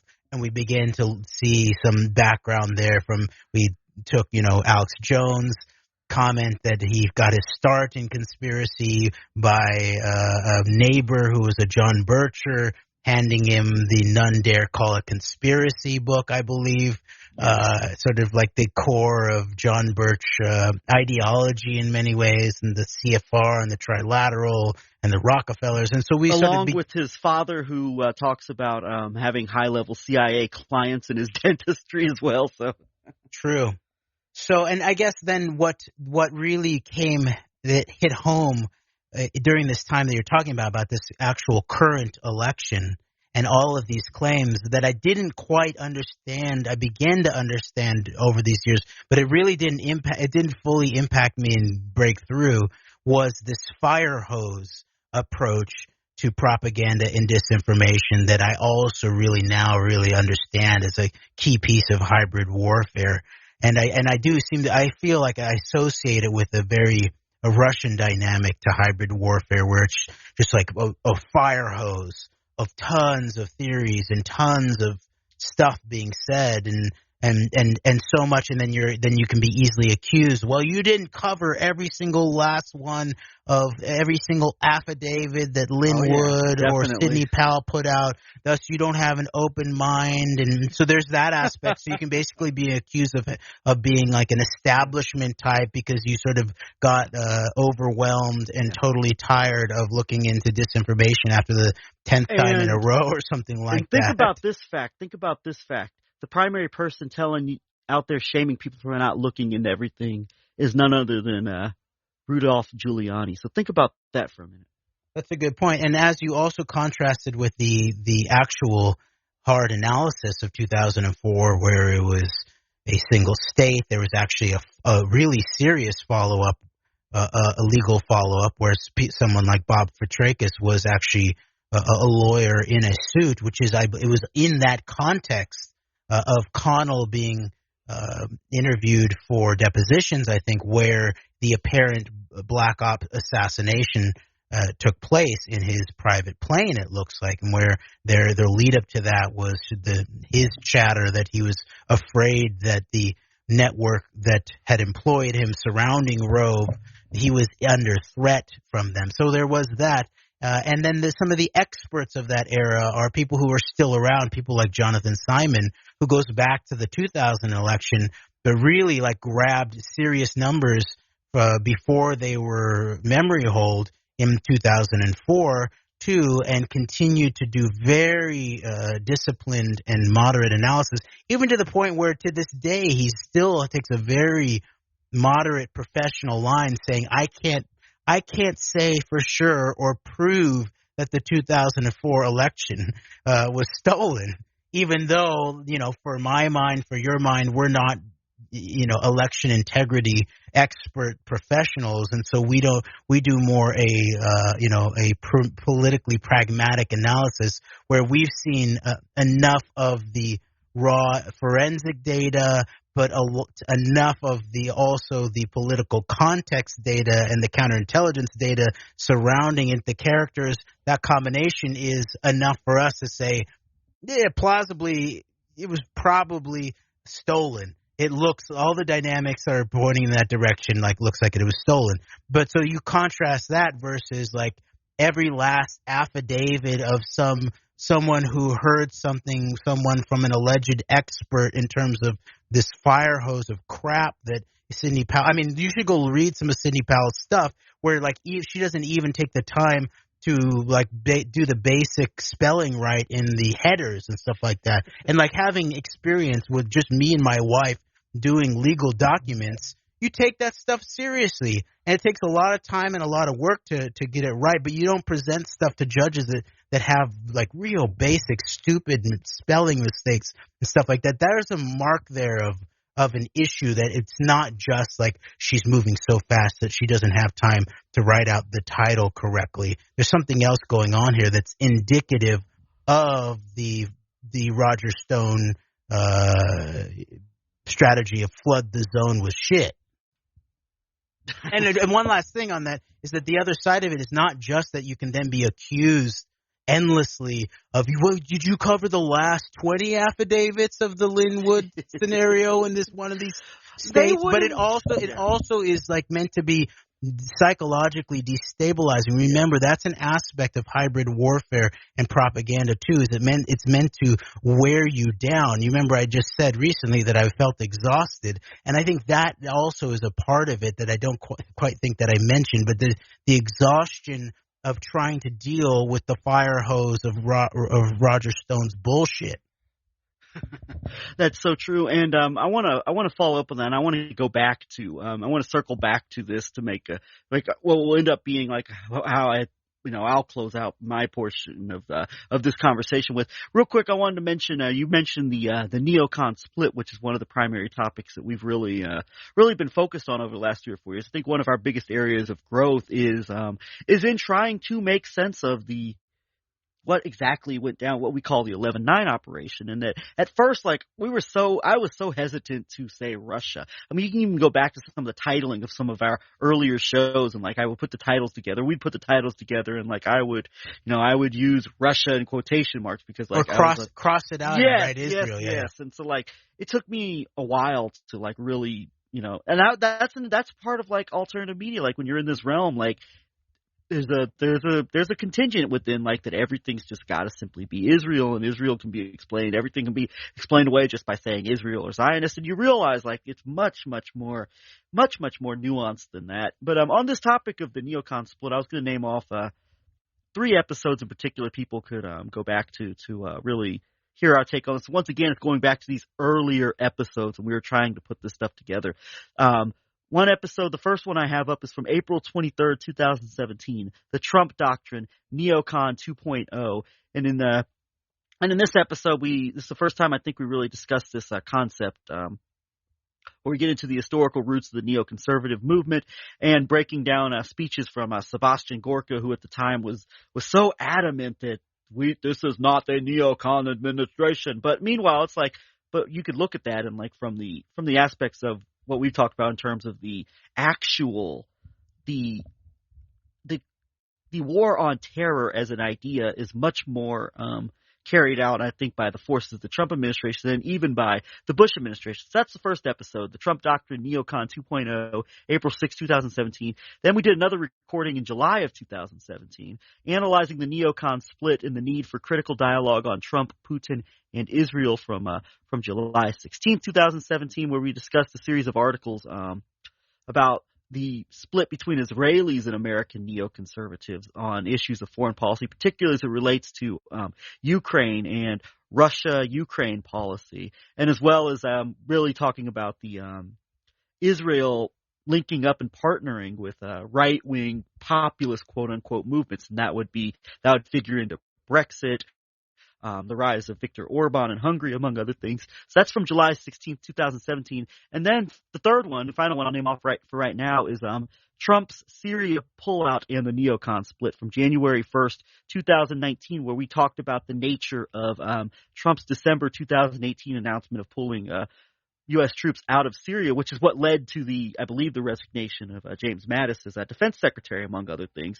And we talked about some dynamics that are at play that perhaps, as we've been led to believe in the quote unquote alternative media, that Israel wasn't as necessarily as angry about this as a lot of people made out to be. So we talked about all of that. Those are 3 shows that we really went into the neocon split, and this doesn't begin to really get into the depths of our but those are 3 places where people could get if we want to understand a basis of where we come from and our perspective on this dynamic within particularly within the neoconservative movement. Those would be 3 episodes that you could go back to and listen to, and perhaps then you would a bit more of an understanding of where we're coming from with regards to this.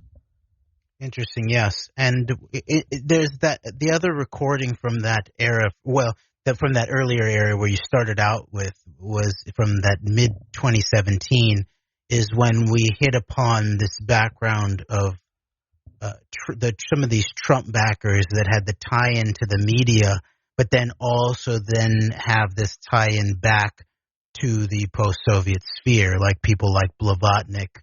And I forget the name of that show, and it eventually was taken down at some point for alleged hate speech or something like that. But we put it back up with a specific claim that there was no hate speech, and for people to look for the hate speech and rather whether there was some kind of serious political analysis that someone didn't want stated. And that's held for a while now. Do you remember what that one was called? The fake media, the fake. Oh, are you talking about the fake media, the fake disagreement between or the fake war between Trump and the media? Yeah. And that's where we went in. We detailed. I'll find the date for that episode real quick. But there was that episode where we detailed the Donald Trump Jeff Zucker relationship via New York Times magazine cover story about the relationship between Trump and Jeff Zucker and how Trump and CNN via Zucker came through for each other when they both needed each other. So, and then Hold on, go ahead. And we started doing a background at that point and looking at Mnuchin shifting his Hollywood assets, and then we see Blavatnik, and then begin to really get a sense of, that was when I feel about that time when we really, really got a sense of the data that was behind the 11/9 operation and how transnational it was and how beyond even just the scope of just Israel it went. Yeah, that episode was the fake war between Donald Trump and the media. It was actually originally recorded in July 2017. Then we had to re-upload it after it was taken down. So yes, and that's an interesting one, and I think that it would be interesting. I'm glad you've dug some of these back up to point people towards, and so I think it would be interesting to maybe we might gain something from looking at them in a parallel fashion in terms of what the rise of our understanding geopolitically and internationally that came at the same time as understanding the domestic dynamics, the politics, the propaganda, and I'll bet, and I haven't looked at this, but I'll bet that those two sort of grow together in many ways, and so that's I would say that's a boon potentially for holistic, whole systems approach to political understanding, where if you begin to make progress in one sphere, for example, international relations, geopolitics, the historical relations there, then that could serve you back in terms of your domestic analysis and politics and propaganda, and the counter of that might also be true. And so that just reminds me of one thing that one other point that I wanted to make in terms of, we've talked a lot about our growing awareness about the apparent bankruptcy or worse of large swaths of what's called the alternative media, truth movement, conspiracy culture, all of that. That does not mean that we've forgotten about what we always knew from the very beginning, that these deeper narratives, these larger lies about big historical things, most obviously things like September 11th, but then that grew into the things like from 9/11 to 11/9 and our growing awareness that even these liberal establishment types that we already knew were massive liars on things like the origins of September 11th and the war on terror and the Iraq war and all of that were also, even though they were mouthing these anti-Trumpisms, they were also a key piece, if not the key piece. I've said recently that you put Pelosi together with CNN and New York Times, and you have the bulwark of making sure Donald Trump was not even forget being held accountable, not even known by the people how deep his criminality went and how far back it went. Yeah, I believe Sarah Kendzior recently referred to the New York Times as a quote highbrow Breitbart. So. that's more than fair, and that's interesting. You bring her up because I think that it's even more important now to point out, and this is going to be lost. There's going to be an attempt to obscure this, especially now as the focus goes on to the insurrectionaries and the stochastic seditionists of the parts of the right-wing media that stoked what happened. And there's a lot more rightful blame to be put there than a lot of the people who are covering for them in the entire horseshoe of the alternative media, really, from what I've seen. But at the same time, it should really be pointed out, and I would say that people like Sarah Kendzior or these types who are they're pretty, they're to the lefter side of the equation. They're obviously somewhere like real hardcore liberals of some sort, maybe even more left than that. I don't know, but or someone like Ben Franklin on Twitter, who we've mentioned before, that they are some of the few in that domain who not only will point out some of the aspects that have been missing about Trump, some of the deeper politics, not all of them, right? Still, September 11th is a touch button issue. In some ways, we are still almost the only ones who are consistently out there in some kind of media platform who deal really honestly with both 11/9 and 9/11. I can't really think of any other people who really sort of consistently deal with both of those dynamics. But at the very least, these types, Sarah Kendzior types, Ben Franklin on Twitter types, they understand that the so-called liberal mainstream media, those who lied and covered up about everything from Epstein to the mobbed-up background of Donald Trump to the Israeli compromise of vast swaths of the Democrats and definitely the highest levels of the Democratic leadership, on back to Iraq, and then a little bit of fuzziness around 9/11 from there. But all these other areas, they will point out that the vacuum that was created by and Epstein, covering up for Epstein, most especially in the Trump era, that vacuum that was created by either the hangout, the lies, the silence, the cowardly non-mentioning, or just the disinformation and lying about these very serious topics by that liberal mainstream establishment needs to be held directly to account for creating the environment where these truthful conspiracies, the deep state politics, that's where we always understood. We're dealing with deep politics here. Whatever you want to call it, we're talking about what's sort of behind the surface in terms of the truth of big events that matter in history, right? That's what you're talking about, deep politics. And, of course, then you deal with deep state concepts and the merger of transnational crime, black economy, and national security, intelligence, black ops, all that kind of deep state intersectionality, as I've termed it. And I think that's a good way of thinking about it. It sort of raises the level of the discourse of thinking through intersectionality in a big structural and dark kind of way. That vacuum that was left by them not dealing with this was then easily filled. I mean, what's better to fill a vacuum than a fire hose of shit? Exactly. And so then there you go, and then you basically get QAnon and the MAGA and Tucker Carlson is some kind of great truth teller and all of that kind of stuff. And then Epstein is just a problem for the Democrats and Clintons rather than Trump and the Republicans also. And so I think that is going to be a crucial piece moving forward if we are able to make it through the next week without the total hybrid warfare chaos.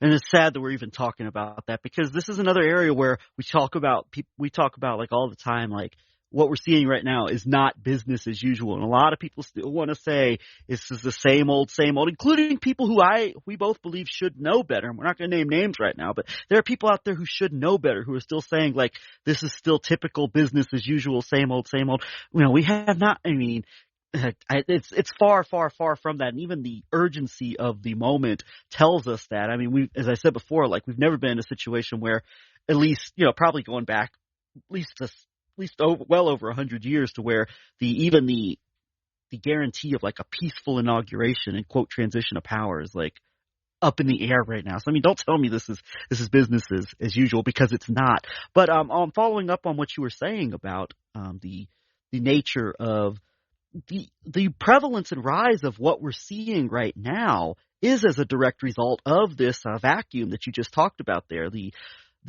inability to be honest about the dishonesty, by and large, has been going on for decades regarding these important matters. And we were talking about how like the rise of the Cambridge Analytica, you know, psychological massive warfare operation was as a result of tapping into people's very real frustrations about a combination of the corruption of the liberal bipartisan, you know, liberal centrist, whatever you want to call it, establishment, combined with these very real issues that were out there that were left unaccounted for. Like, for example, the very real issues of sexual compromise in high levels, whether we want to go back to, you know, the Franklin cover-up, other similar matters, and then obviously the matter of Epstein. And these were weaponized and able to be taken advantage of because the vacuum had been left by the media, by our institutions. And so the rise of like Pizzagate, which led to QAnon, a portion of this blame does go to the establishment, legacy media for there, and also to our politicians, and just a lot of corruption within our institutions in general, and an inability to be honest about these matters and deride them as conspiracy theories for so long. That's a big part of the reason why we're in the moment we are in. Did you want to say something about that before I move on? Yeah, sure. I mean, in the mix of not having actually real analysis of conspiracy as one level of organized crime at a commanding heights level, i.e. deep politics, i.e. deep state machinations, then you get in the realm of what's called conspiracy theory. And so then if you don't deal with the facts of conspiracy, i.e. conspiracy facts, then you end up with conspiracy crap. That's a great way to put it. Yeah, we should start distinguishing conspiracy facts from conspiracy crap. I mean, that's a phrase we might coin that over time here. But and on top of that, also what you talked about, going back to even the neocon split and the roles of some of the, I'd say, prescient voices of our day, like Sarah Kendzior, is that our alternative media, so much of what we go back to that term, which I'm increasingly having more and more disdain for, and I'm not going to name names here, but I'm talking about a big portion of what we've previously referred to as the alternative media. I'd like to start moving away from that term. I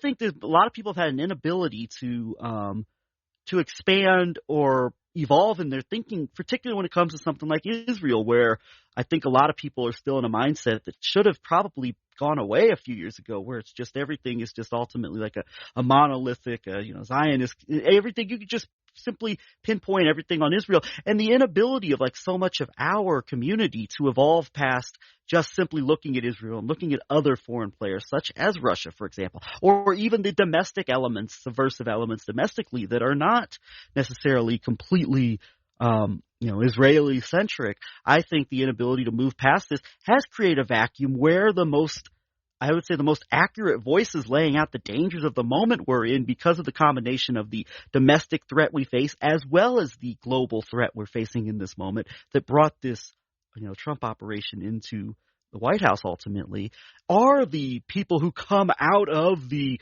liberal establishment, the same people who I might have derisively labeled as the types of people who I wouldn't want to have conversations with a few years ago. But I'm beginning to realize, Jeremy, more and more between this dynamic, between the weaponization of conspiracy culture to the point to where we have literally millions of people who believe that their political opponents are literal demons from hell. I mean, good luck trying to have political discourse with people who are in that mindset.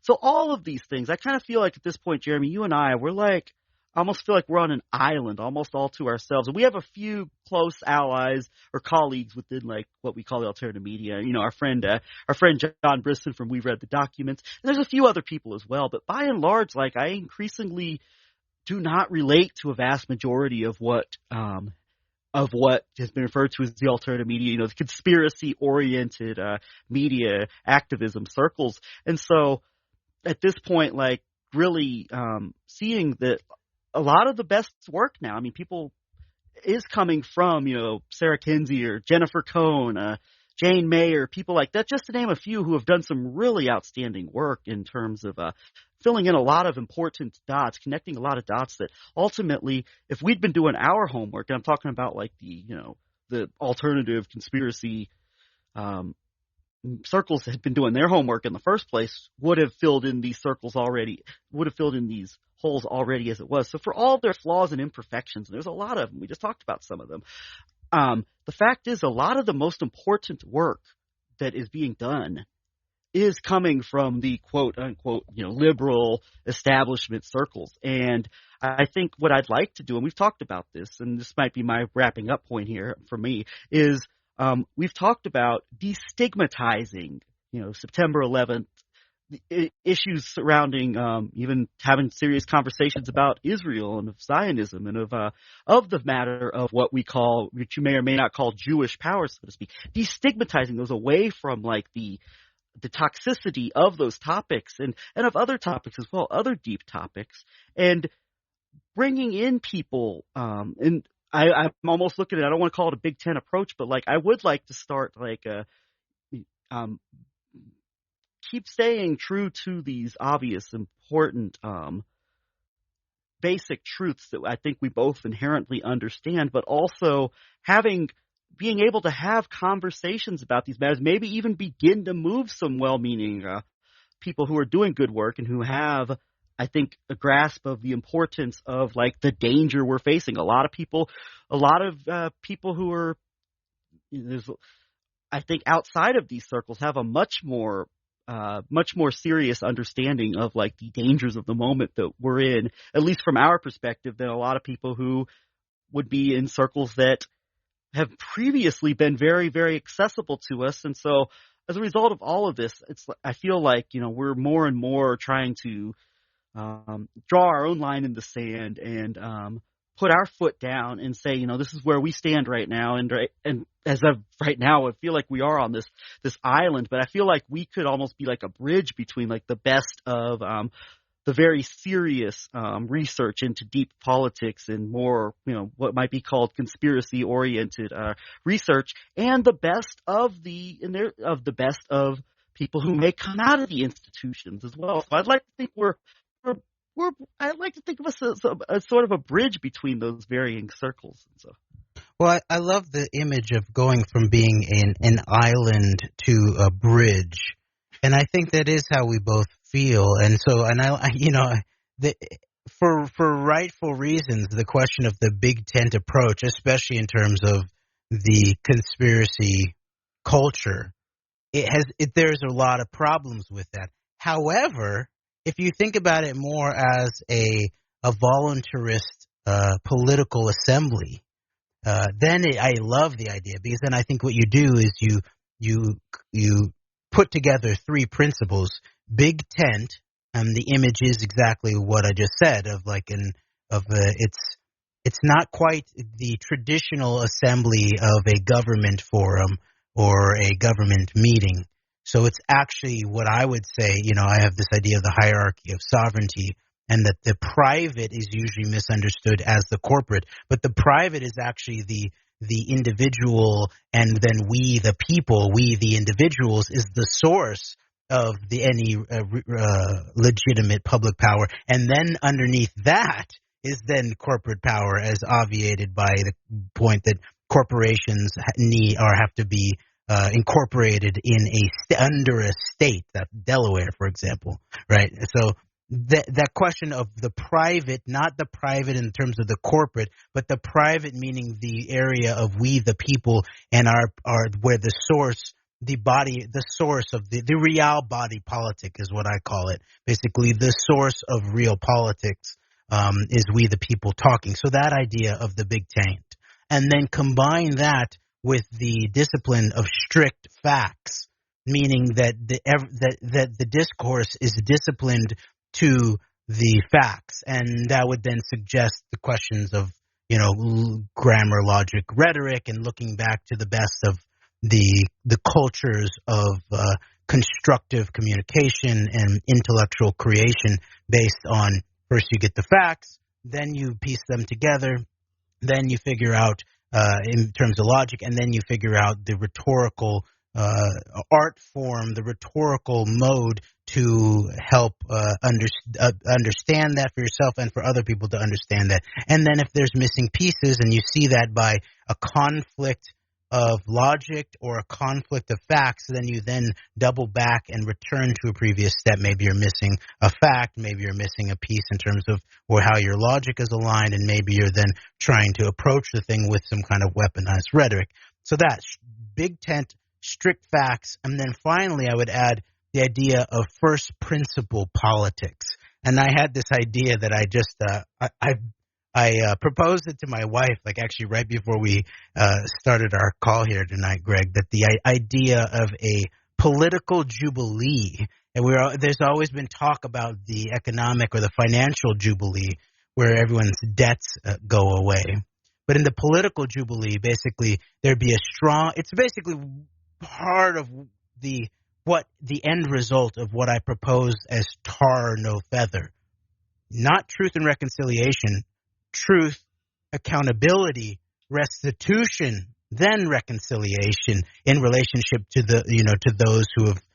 Everyone should be treated fairly, first of all, and lawfully, right? And that was one of the things we talked about before we started recording, Greg, too, is how crucial it is that the indicator of how well or how badly rule of law and national security, I would even say, and national interest is going in the United States of America is what happens with Donald Trump, how Donald Trump is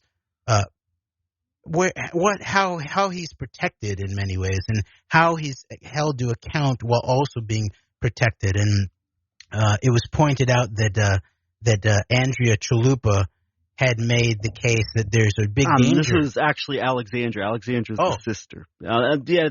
Alexandra is the sister who was, it appears really was trying to do a lot to blow the whistle on the Manafort operation, and was ultimately a combination of was shut down while also being used by those in the GOP who were trying to link, they make it all about the democratic corruption on Ukraine. So it was Alexandra Chalupa who was making this case. And will you explain the case that she made too? Yeah, basically that I'll say it up in a nutshell. I don't have the tweet in front of me, but basically, Donald Trump needs to be protected. If he were to end up something were to end up happening to him, basically he needs to be protected in order to physically protected so that there can be true accountability. And not only that, and not only that too, it was also about that there would be the potential for in the capstone of the hybrid warfare, especially if it were done via some kind of Putin network, and then there'd be a very easy false flagging, cover up, and chaos in the midst of that, where all kinds of people could be blamed for it. And of course, it's very possible that a character that we might think of in terms of an American context would be the case of Mikhail Lesin, one of the founders of RT, who looks like he was assassinated in D.C. And it looks like there was some kind of transition in RT in relationship to that, potentially. Who knows? Maybe there was other things going on.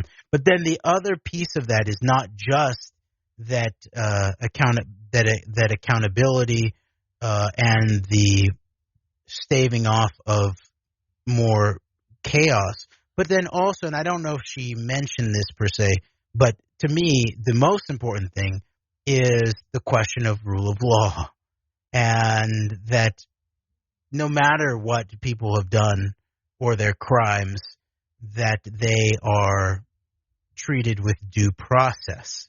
And that means with the human rights, that means with constitutional rights.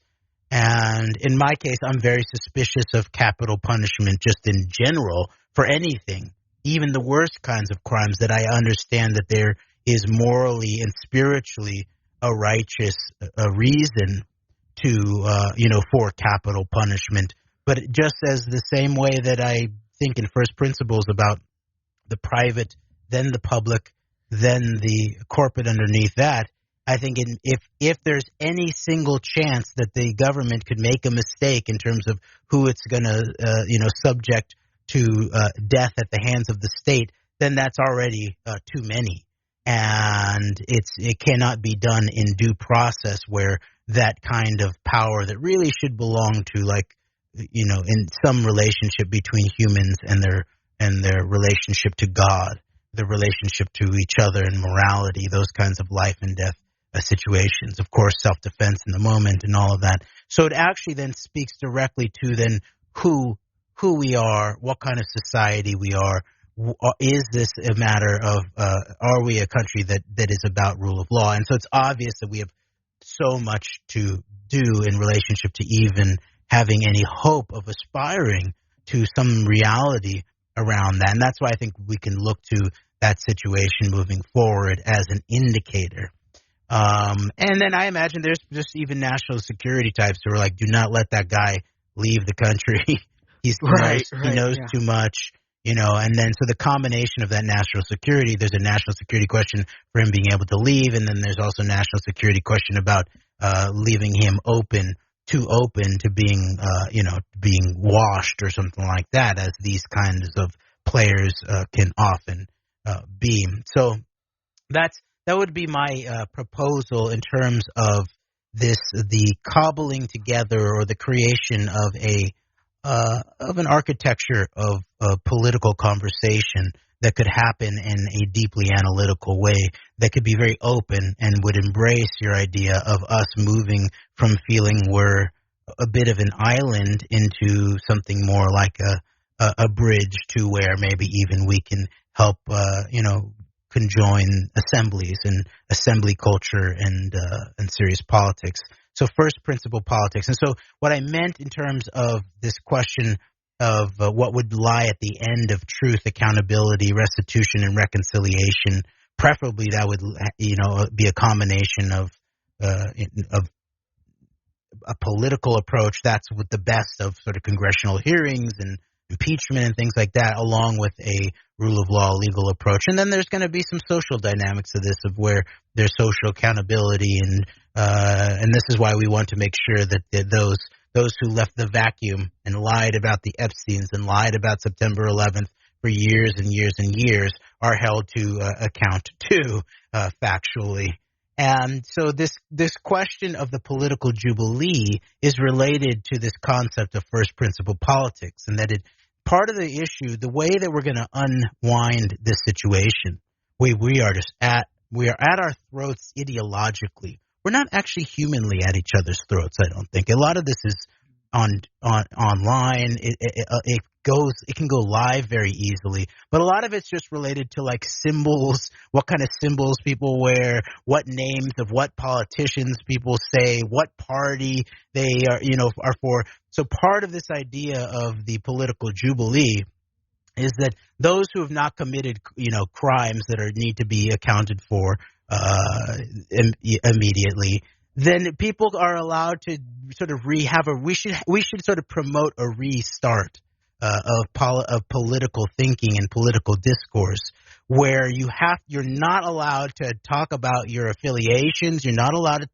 to refer to, if you're trying to discuss an idea or a critique or most importantly a solution of where we want to go and how we can get there. You're not allowed to continually fall back on this name of this politician, this name of this political party, all of that. We have to begin to, and this is something I've been really interested in for a long time now, is no matter who I'm speaking with, whether it's across the spectrum, whether it's a libertarian who believes in what they might call the free market, or maybe they're in some area of voluntarism, or if I'm talking to someone maybe all the way across the spectrum, a hardcore, maybe leftist, maybe a Marxist, maybe an anarchist, no matter what it is, I ask them to define their terms.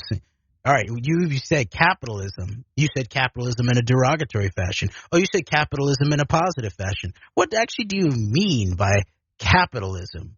What do you mean? What are you actually describing? What is the nature of the phenomenology, the phenomenon, the physicality, the systems, the design of that? What actually describe it, and then describe to me what it is that you're for, what it is that you're against, and then let's talk about design. Let's talk about, well, okay, this part of what you're calling this system has this quality to it. It has this problem to it. This other part has this quality. It has this problem to it. What if we designed some kind of a synergistic approach to this design and came up with a, what I would call full spectrum politics, which embraces that the entire political spectrum as it's conceived. Actually, people are coming from those that are coming from good faith perspectives, i.e. they're not just sort of some kind of disinformation operative. They're not just purely an owned political operative. Even those that are just maybe even owned by their ideology, they're good faith. And so they have something that they're bringing to the table that at the very least should be confronted, at the very least, if not brought into the mix about what sort of good piece it has to it. So that's what I would suggest. And I'm not saying we're going to have that, but I want to put that on the table as some kind of thing that we could do if we were serious about really figuring out how to unwind our really highly tense, deeply weaponized, and fairly politically dangerous situation that we're in at this very moment, and then how we're going to connect that to a future that embraces the best of what we believe we can make of our country and what we can make of our humanity worldwide, too.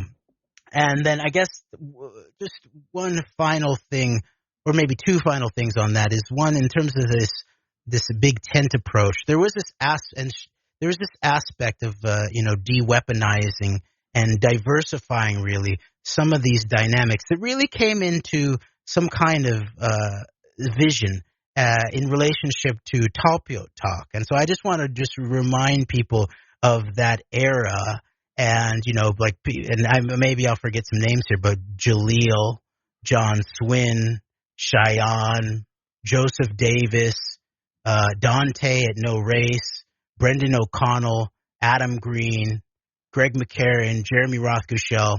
Maybe there were some others that I'm forgetting, but there was something in the mix there. There was a possibility there, which is why it felt for everybody, to some extent, why it felt so traumatic at some level in different ways for different people when that all sort of, fell apart to some extent.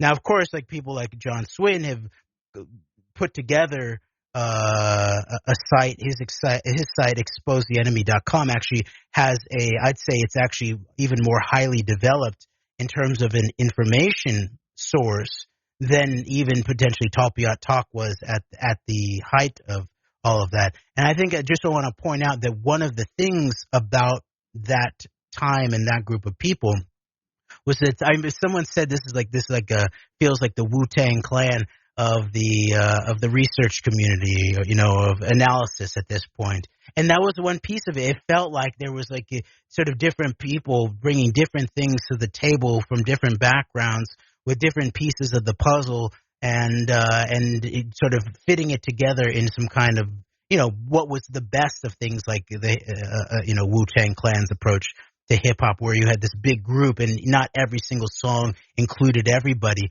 but some of these little songs that included just a few members were like little gems that were around a specific, piece. I used to love like the Jizza. He was my favorite of the Wu-Tang Clan, but I love like when Jizza would hook up with Method Man. That would be, really good stuff. So I just want to, have a reminder of that as an example, both of the possibility of where people begin to try to put information on the table in a cooperative fashion, in a fact-based fashion, in an analytical fashion to try to build a larger integrated, analysis and narrative. And then also, I'm sure we should then also learn the lessons of what all went wrong there and what all fell apart and all of that kind of stuff too. And then, so finally, my last thing I want to deal with is this question of reactionary epistemology. This is something that I really, really understood, I think, before we started the Antedote, but doing our work together has really, this has become totally clarified for me about how dangerous the question of reactionary epistemology was. I always recognized it with Alex Jones, because early on I could hear him saying, they're saying this, that means that the opposite is true. They say this is the opposite. And I was like, no, bro, that's not a good way to do truth analysis. You can't just do the opposite of what some people say. That's not first principle politics, let alone starting with the truth. Maybe sometimes it's true. And so too much of the alternative media and the truth community fell into exactly that, where basically then anything after the New York Times had some aspect of involvement in pushing the Iraq War lies, of course the ongoing 9/11 lies, then basically the opposite. Nothing that the New York Times ever wrote, any single journalist ever wrote in the New York Times could ever be considered true. And really, you could escalate that, and many people still have to this day, to the opposite is likely true, and it's just not the case. And so, this is most crystallized in relationship to our analysis of COVID-19 and how we are accused of being sort of tools or shills of the establishment viewpoint, because from a first principles approach, we didn't just we're talking about some of this stuff like around vitamin D and DIY approaches to masks. Before that was the establishment line. Vitamin D is still not the establishment line, but meanwhile, just because aspects of the quote unquote establishment say that black folks are dying at a 2x to 5x clip from COVID doesn't mean that the opposite is true. And actually, the way that we approach things is we do very full scope analysis. It's not like let's see what the CDC says, or let's go see what CNN says, and then that's exactly. going to be the truth. No, we look at a combination of what are real people saying on Twitter, for example, combine that with some questions of videos, look into the background of, alternative media analysis. What is the alternative to this? What is the establishment analysis? Read some scientific papers, do some deep history in terms of questions of much prior pandemics and stuff like that, and then just put it all together in a common sense approach. And then that can be then accused of basically, Antedote thinks 9/11 is obviously a fraud, but then they believe in COVID. And what I would say is that it's actually that people who are not actually dealing with how bad the situation is, and that from early on we were pointing to the question of, yes, this looks like it could very likely could be a generated crisis, a bio warfare of some sort. And I've talked about it as COVID American genocide. What I mean by that is there's multiple definitions of genocide. The only definition of genocide is not that you totally destroy wipe out every single life of an entire nation or of an entire culture, but really it's about the intent is to destroy a nation or a culture or an ethnicity in relation to acts of violence or illegal acts or acts of intimidation and stuff like that. And so to me, it's obvious that's what's going on in the United States. And that's why it's such a dereliction of public duty for those of us that consider ourselves free-thinking human beings to not grasp the actual dynamics of this. To me, it feels like people who, instead of grappling with the facts that the truth behind September 11th and the Iraq War lies, the most important thing, I'll say this again, the most important thing was arguing about the planes or the holograms, or it didn't. You're talking about exactly how the buildings were destroyed, rather than an integrated fashion of, yes, a lot of people died on September 11th in one blow. Meanwhile, more than that are apparently dying, it looks like, in the United States, with a primary factor being COVID every single day, beyond that now.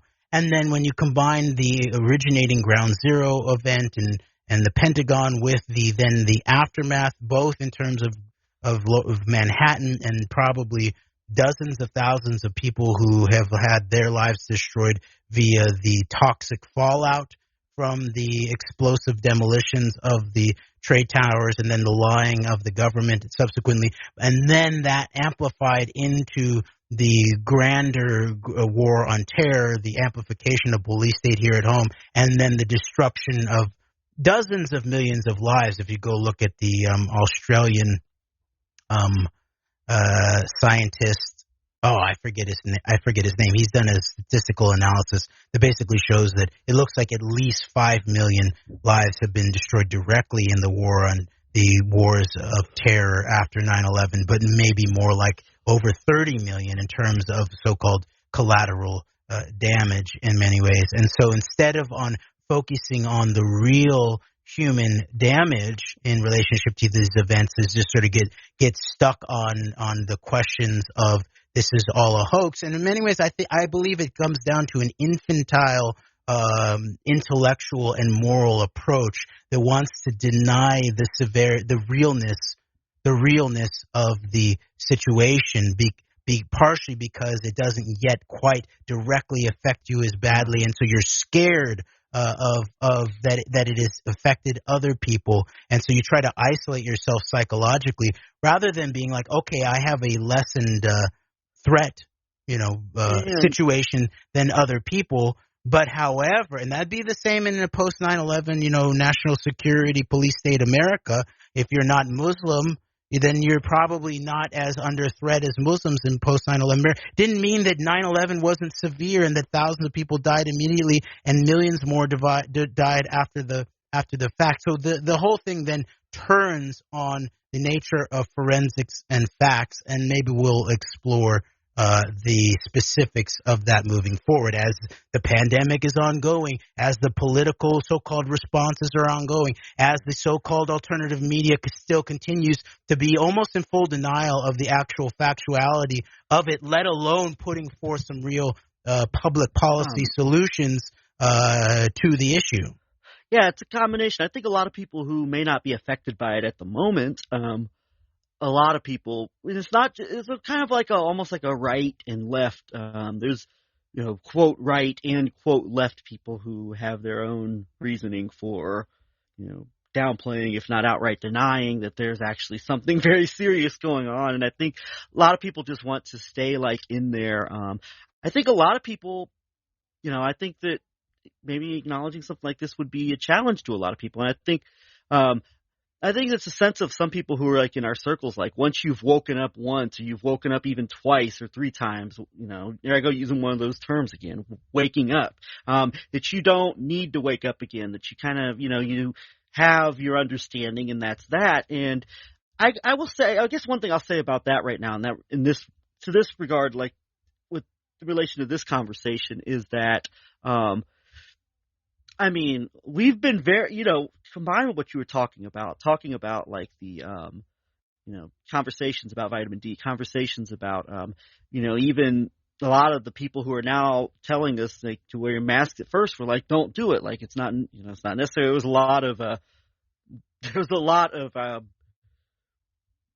lot of downplaying of that as well. And we've been very, we've been critical. Like, we feel like, yourself and also John Brisson's talked a lot about, like, mechanisms that could have been put in place that these massive lockdowns wouldn't have been. We wouldn't have had to, like, completely shut down economies and then worry about reopening to the point that's part of the genocide that I'm referring to too, is just the so-called incompetent approach, which I think is purposeful especially in the American context of Trump. That's part of the economics is part of the pandemic genocide, because you have to shut down the pandemic and then you don't shut down the economy. And the economics is obviously a sort of an invisible genocide going on here. Right. And so much of this is catastrophe. Ultimately, I think that's come out of this, and it has already happened, that is going to continue as a result of this, could have been avoided. And I think for people who are critical of mandatory vaccinations, and we're very critical of the mandatory vaccinations. You're not hearing any vaccine pushers here. No, you're not. You're not, to say the least.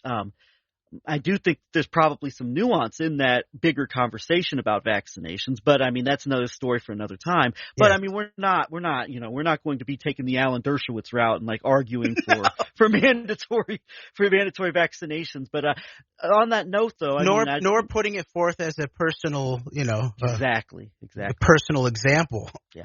But at the same time, though, I think that denying that anything is going on and basically saying that everybody from Klaus Schwab and Dr. Anthony Fauci all the way to the local nurses at a local hospital are lying about anything serious going on with this is not the way to have, like, a serious conversation about a vaccination, because as things continue to get worse, like I think it only creates more and more justification, like, in terms of those who really want to make mandatory vaccines a reality, to have a bunch of people just running around saying nothing's going on. Yep.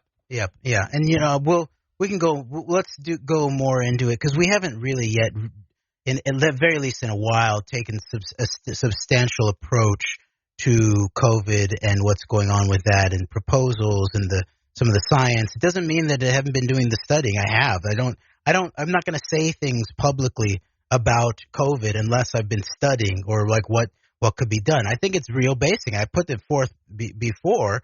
The first thing is vitamin D. It's pretty clear to me that if this is COVID-19, and probably most to all pandemics, big historical pandemics, in terms of what would be called the terrain approach, right there, and folks like that who believe themselves to be terrainists, they're correct about the part of the terrain, right? That's very important. And I think that these pandemics expose vitamin D deficiency in a heavy way. And my wife was pointing out to me, it's like, it's so obvious back in the days of, like the early shipping days, and where people were getting scurvy. Yeah, if you want to have a ship full of healthy sailors, you got to have some citrus, or better, you can have some sauerkraut in a big old barrel, and it's ripening, and there's vitamin C, and just a little bit of a certain kind of vitamin is the difference between a total crippling of the body and a healthy life. So obviously something like vitamin D makes a lot of sense, and the tons of studies that show this over, not only in terms of COVID, but in terms of earlier pandemics, and basically in relationship to respiratory issues more generally. The whole question of now in LA, COVID is really hitting the indigenous community there in a heavy fashion. And I will bet that there's aspects of the vitamin D thing that have to do with that, as it begins to help explain some of these very real 2x to 5x mortality escalations in relationship to the African American community in terms of COVID. So vitamin D, that's a basic one, and it's just very obvious. And like I pointed out before, the UK government actually decided to supply over 3 million of their most vulnerable people vitamin D over this winter. And I think that's very, very important. And sufficient levels of vitamin D look like they indicate that you are very likely out of no matter what age you are, you're very likely, if you have sufficient vitamin D levels, you're outside, putting yourself at the best case scenario for being outside of the worst case results from COVID. Second, the home-based, easy, accurate, rapid antigen testings. Antigen rapid testing is what I call it. It could be ramped up very easily and very readily with a serious government in terms of the Defense Production Act. It would be totally voluntary. People who want to make sure that they're not in those. We'll talk about this more later, but the question of asymptomatic transmission has a big issue surrounding it. There's been a lot of back and forth about it. But what's very obvious seems very obvious is that the main times of peak viral load, which is when people are most transmissive. This is not like we talked about. This is not like a chemical weapon where if you come in contact with a single piece, then you're very likely going to die, or like Ebola or something like that. No, this has to do with viral load, and these are statistical analyses in a pragmatic fashion that you want to do.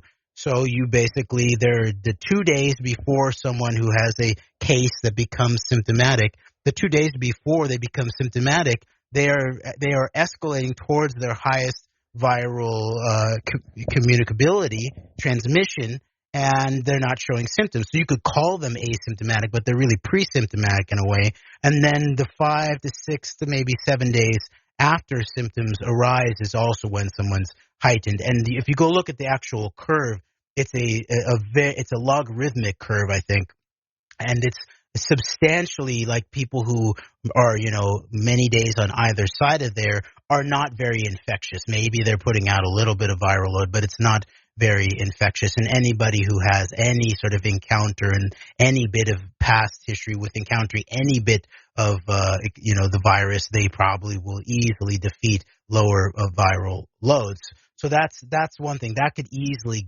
open up the real economy very, very quickly.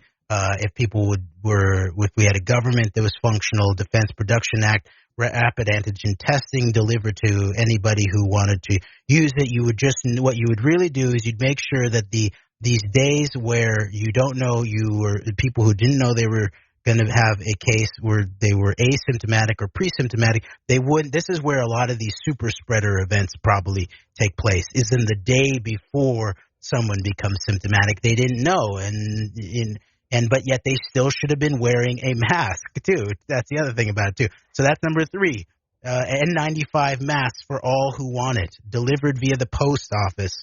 I'm not going to go over the whole litany of all kinds of approaches. You can take it much higher or much lower. You could go into DIY, salt masks that actually are antiviral, and actually, as opposed to these sort of cheap plasticky surgical masks, they actually get more powerful as you breathe into them, because as your breath exhales into the salt matrix, it dissolves the salt, and then it actually becomes even more pervasive, even more effective. The salt is dangerous bacteria. Think about the way that, like I mentioned, the answer to scurvy was sauerkraut on ships. That's all based on salt. You add salt to cabbage, and you create an environment where only lactobacillus, the bacteria that helps create the best, pickles, really good pickles, sauerkraut, all of that comes out of not vinegar, but a lactobacillus. And so you create a condition where healthy bacteria can live, and it's actually antiviral in terms of the salt lattice, the crystalline lattice that's created when you create a salt mask. Okay, so that's all things, of course, like most people, if they're going to the store or something like that, they're not going to go to that level. They're not even going to go to the level of N95. But it's a polite thing, as long as we don't know that we're not testing ourselves. We don't know we're just pre-symptomatic. It's a polite thing to do, even not just for yourself. A polite thing to do is to wear a mask. It doesn't block every single viron.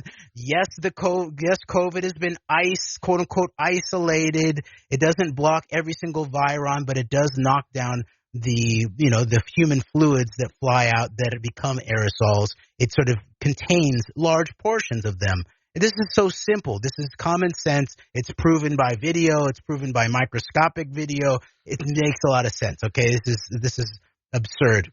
And then finally, the question of ivermectin. Look into ivermectin, and it's crucial, and it can be used in small sort of tonic doses. But go look up ivermectin, and there should be an immediate push on our government in the executive and legislative branches to immediately widespread prescriptions for ivermectin for those that want it. If we did all of those four things, if I were president, we would the pandemic would be over within a month, probably. I think once we got all those things rolling, we'd be done within a month, and people would stop dying in large numbers, and we could totally reopen our public life and our economy. So I'd rather go that route, the thinking man's route, the informed route, not the reactionary epistemology route of it doesn't exist, it's just overblown numbers, you're just a Anthony Fauci shill. No. Oh, you must want the Great Reset, Jeremy. Oh my gosh, dude. No, but I want first principle politics. Talk to me. But on that note, unfortunately, I feel like this is kind of going back to our conspiratorial quote unquote roots, so to speak. There's a lot of people all across the political spectrum in positions, bipartisanship, spirit of bipartisanship. There's a lot of people who seem to not want to, for whatever reason, as terrible as this sounds, do not want to see this thing come to an end, unfortunately. And we talked about from the beginning, like the nature, like there's a bipartisan nature of downplaying the depths of this and just how it was, this was going on long before Trump found out and took the heroic action of stopping travel from China, and it was going on, and so there's a long, by and large, and I was just thinking about this. I found it interesting when you think about like the extremes of either one of the things that gets a lot of people very angry about COVID and get people to believe this is all just overblown or it's a borderline hoax is the nature of the lockdowns. I thought it very interesting, even going back to nature of what we were talking about earlier with like Trump and the mob background. It's very interesting that the two primary people who have kind of risen up as the easy, convenient targets for like for one side of this are respectively Andrew Cuomo, who I think the Cuomo family has all the vestiges of it being very mobbed up, so to speak, out of New York, and then Gavin Newsom. And what is Gavin Newsom? Of course, his ex-wife goes on to become the squeeze for Donald Trump Jr. So I wonder if there's even almost like even dynamics to like the people who have been presented as like the punching bags for like the right wing, those who just want to reopen everything, combination of reopen everything and downplay this thing as being just overblown and exaggerated. I even wonder if there's dynamics even to like those who have been set up as like as in that regard. I don't know, but I wonder about that. That's interesting. That makes I think that's an interesting horseshoe dynamic to look at. That reminds me of what you keep on pointing out to people who are never talking about. Why aren't people talking about the Steve Mnuchin contribution to Kamala Harris? That's similar to the background of the strange horseshoe that connects Donald Trump Jr. to Gavin Newsom. I think you're onto something there. And the final thing that popped in my mind was part 5, plank number 5 of my let's see, do truth, accountability, restitution, and reconciliation. And by ending the COVID-19 American genocide is 5. Let's go find the origins. Remember it? The 311 Truth movement that never quite got off the ground here? When the people that were doing the leading work on it basically just sort of got stuck on platforms, basically talking to Andrew Kaufman about how the virus has not been isolated. And sort of, I'm just asking questions, anti-mask, denialism, while there's an American genocide going on at some level here. No, time to get back to the origins. Who did it and why? We can't prove it that it was done on purpose but it's starting to be a thing now, talking about the lab leak. But it's now become mainstream dialogue. Now, very recently, a story in the New Yorker about the lab origin. So that is now, we're already on to the let it happen or the sort of it's somewhere in that realm of the early 9/11 truth movement in terms of the mainstream narrative. It's time for people to get their act together and get reconnected to the origins of who did this and why, rather than denying the severity of it. Yeah, you're very right. So, on this note, this seems like a pretty good time to begin to wrap up the conversation here. Any final thoughts you want to make on the COVID front before we start to wrap up? No. All right. Well, I know this topic brings out the passionate side, and I appreciate that very much.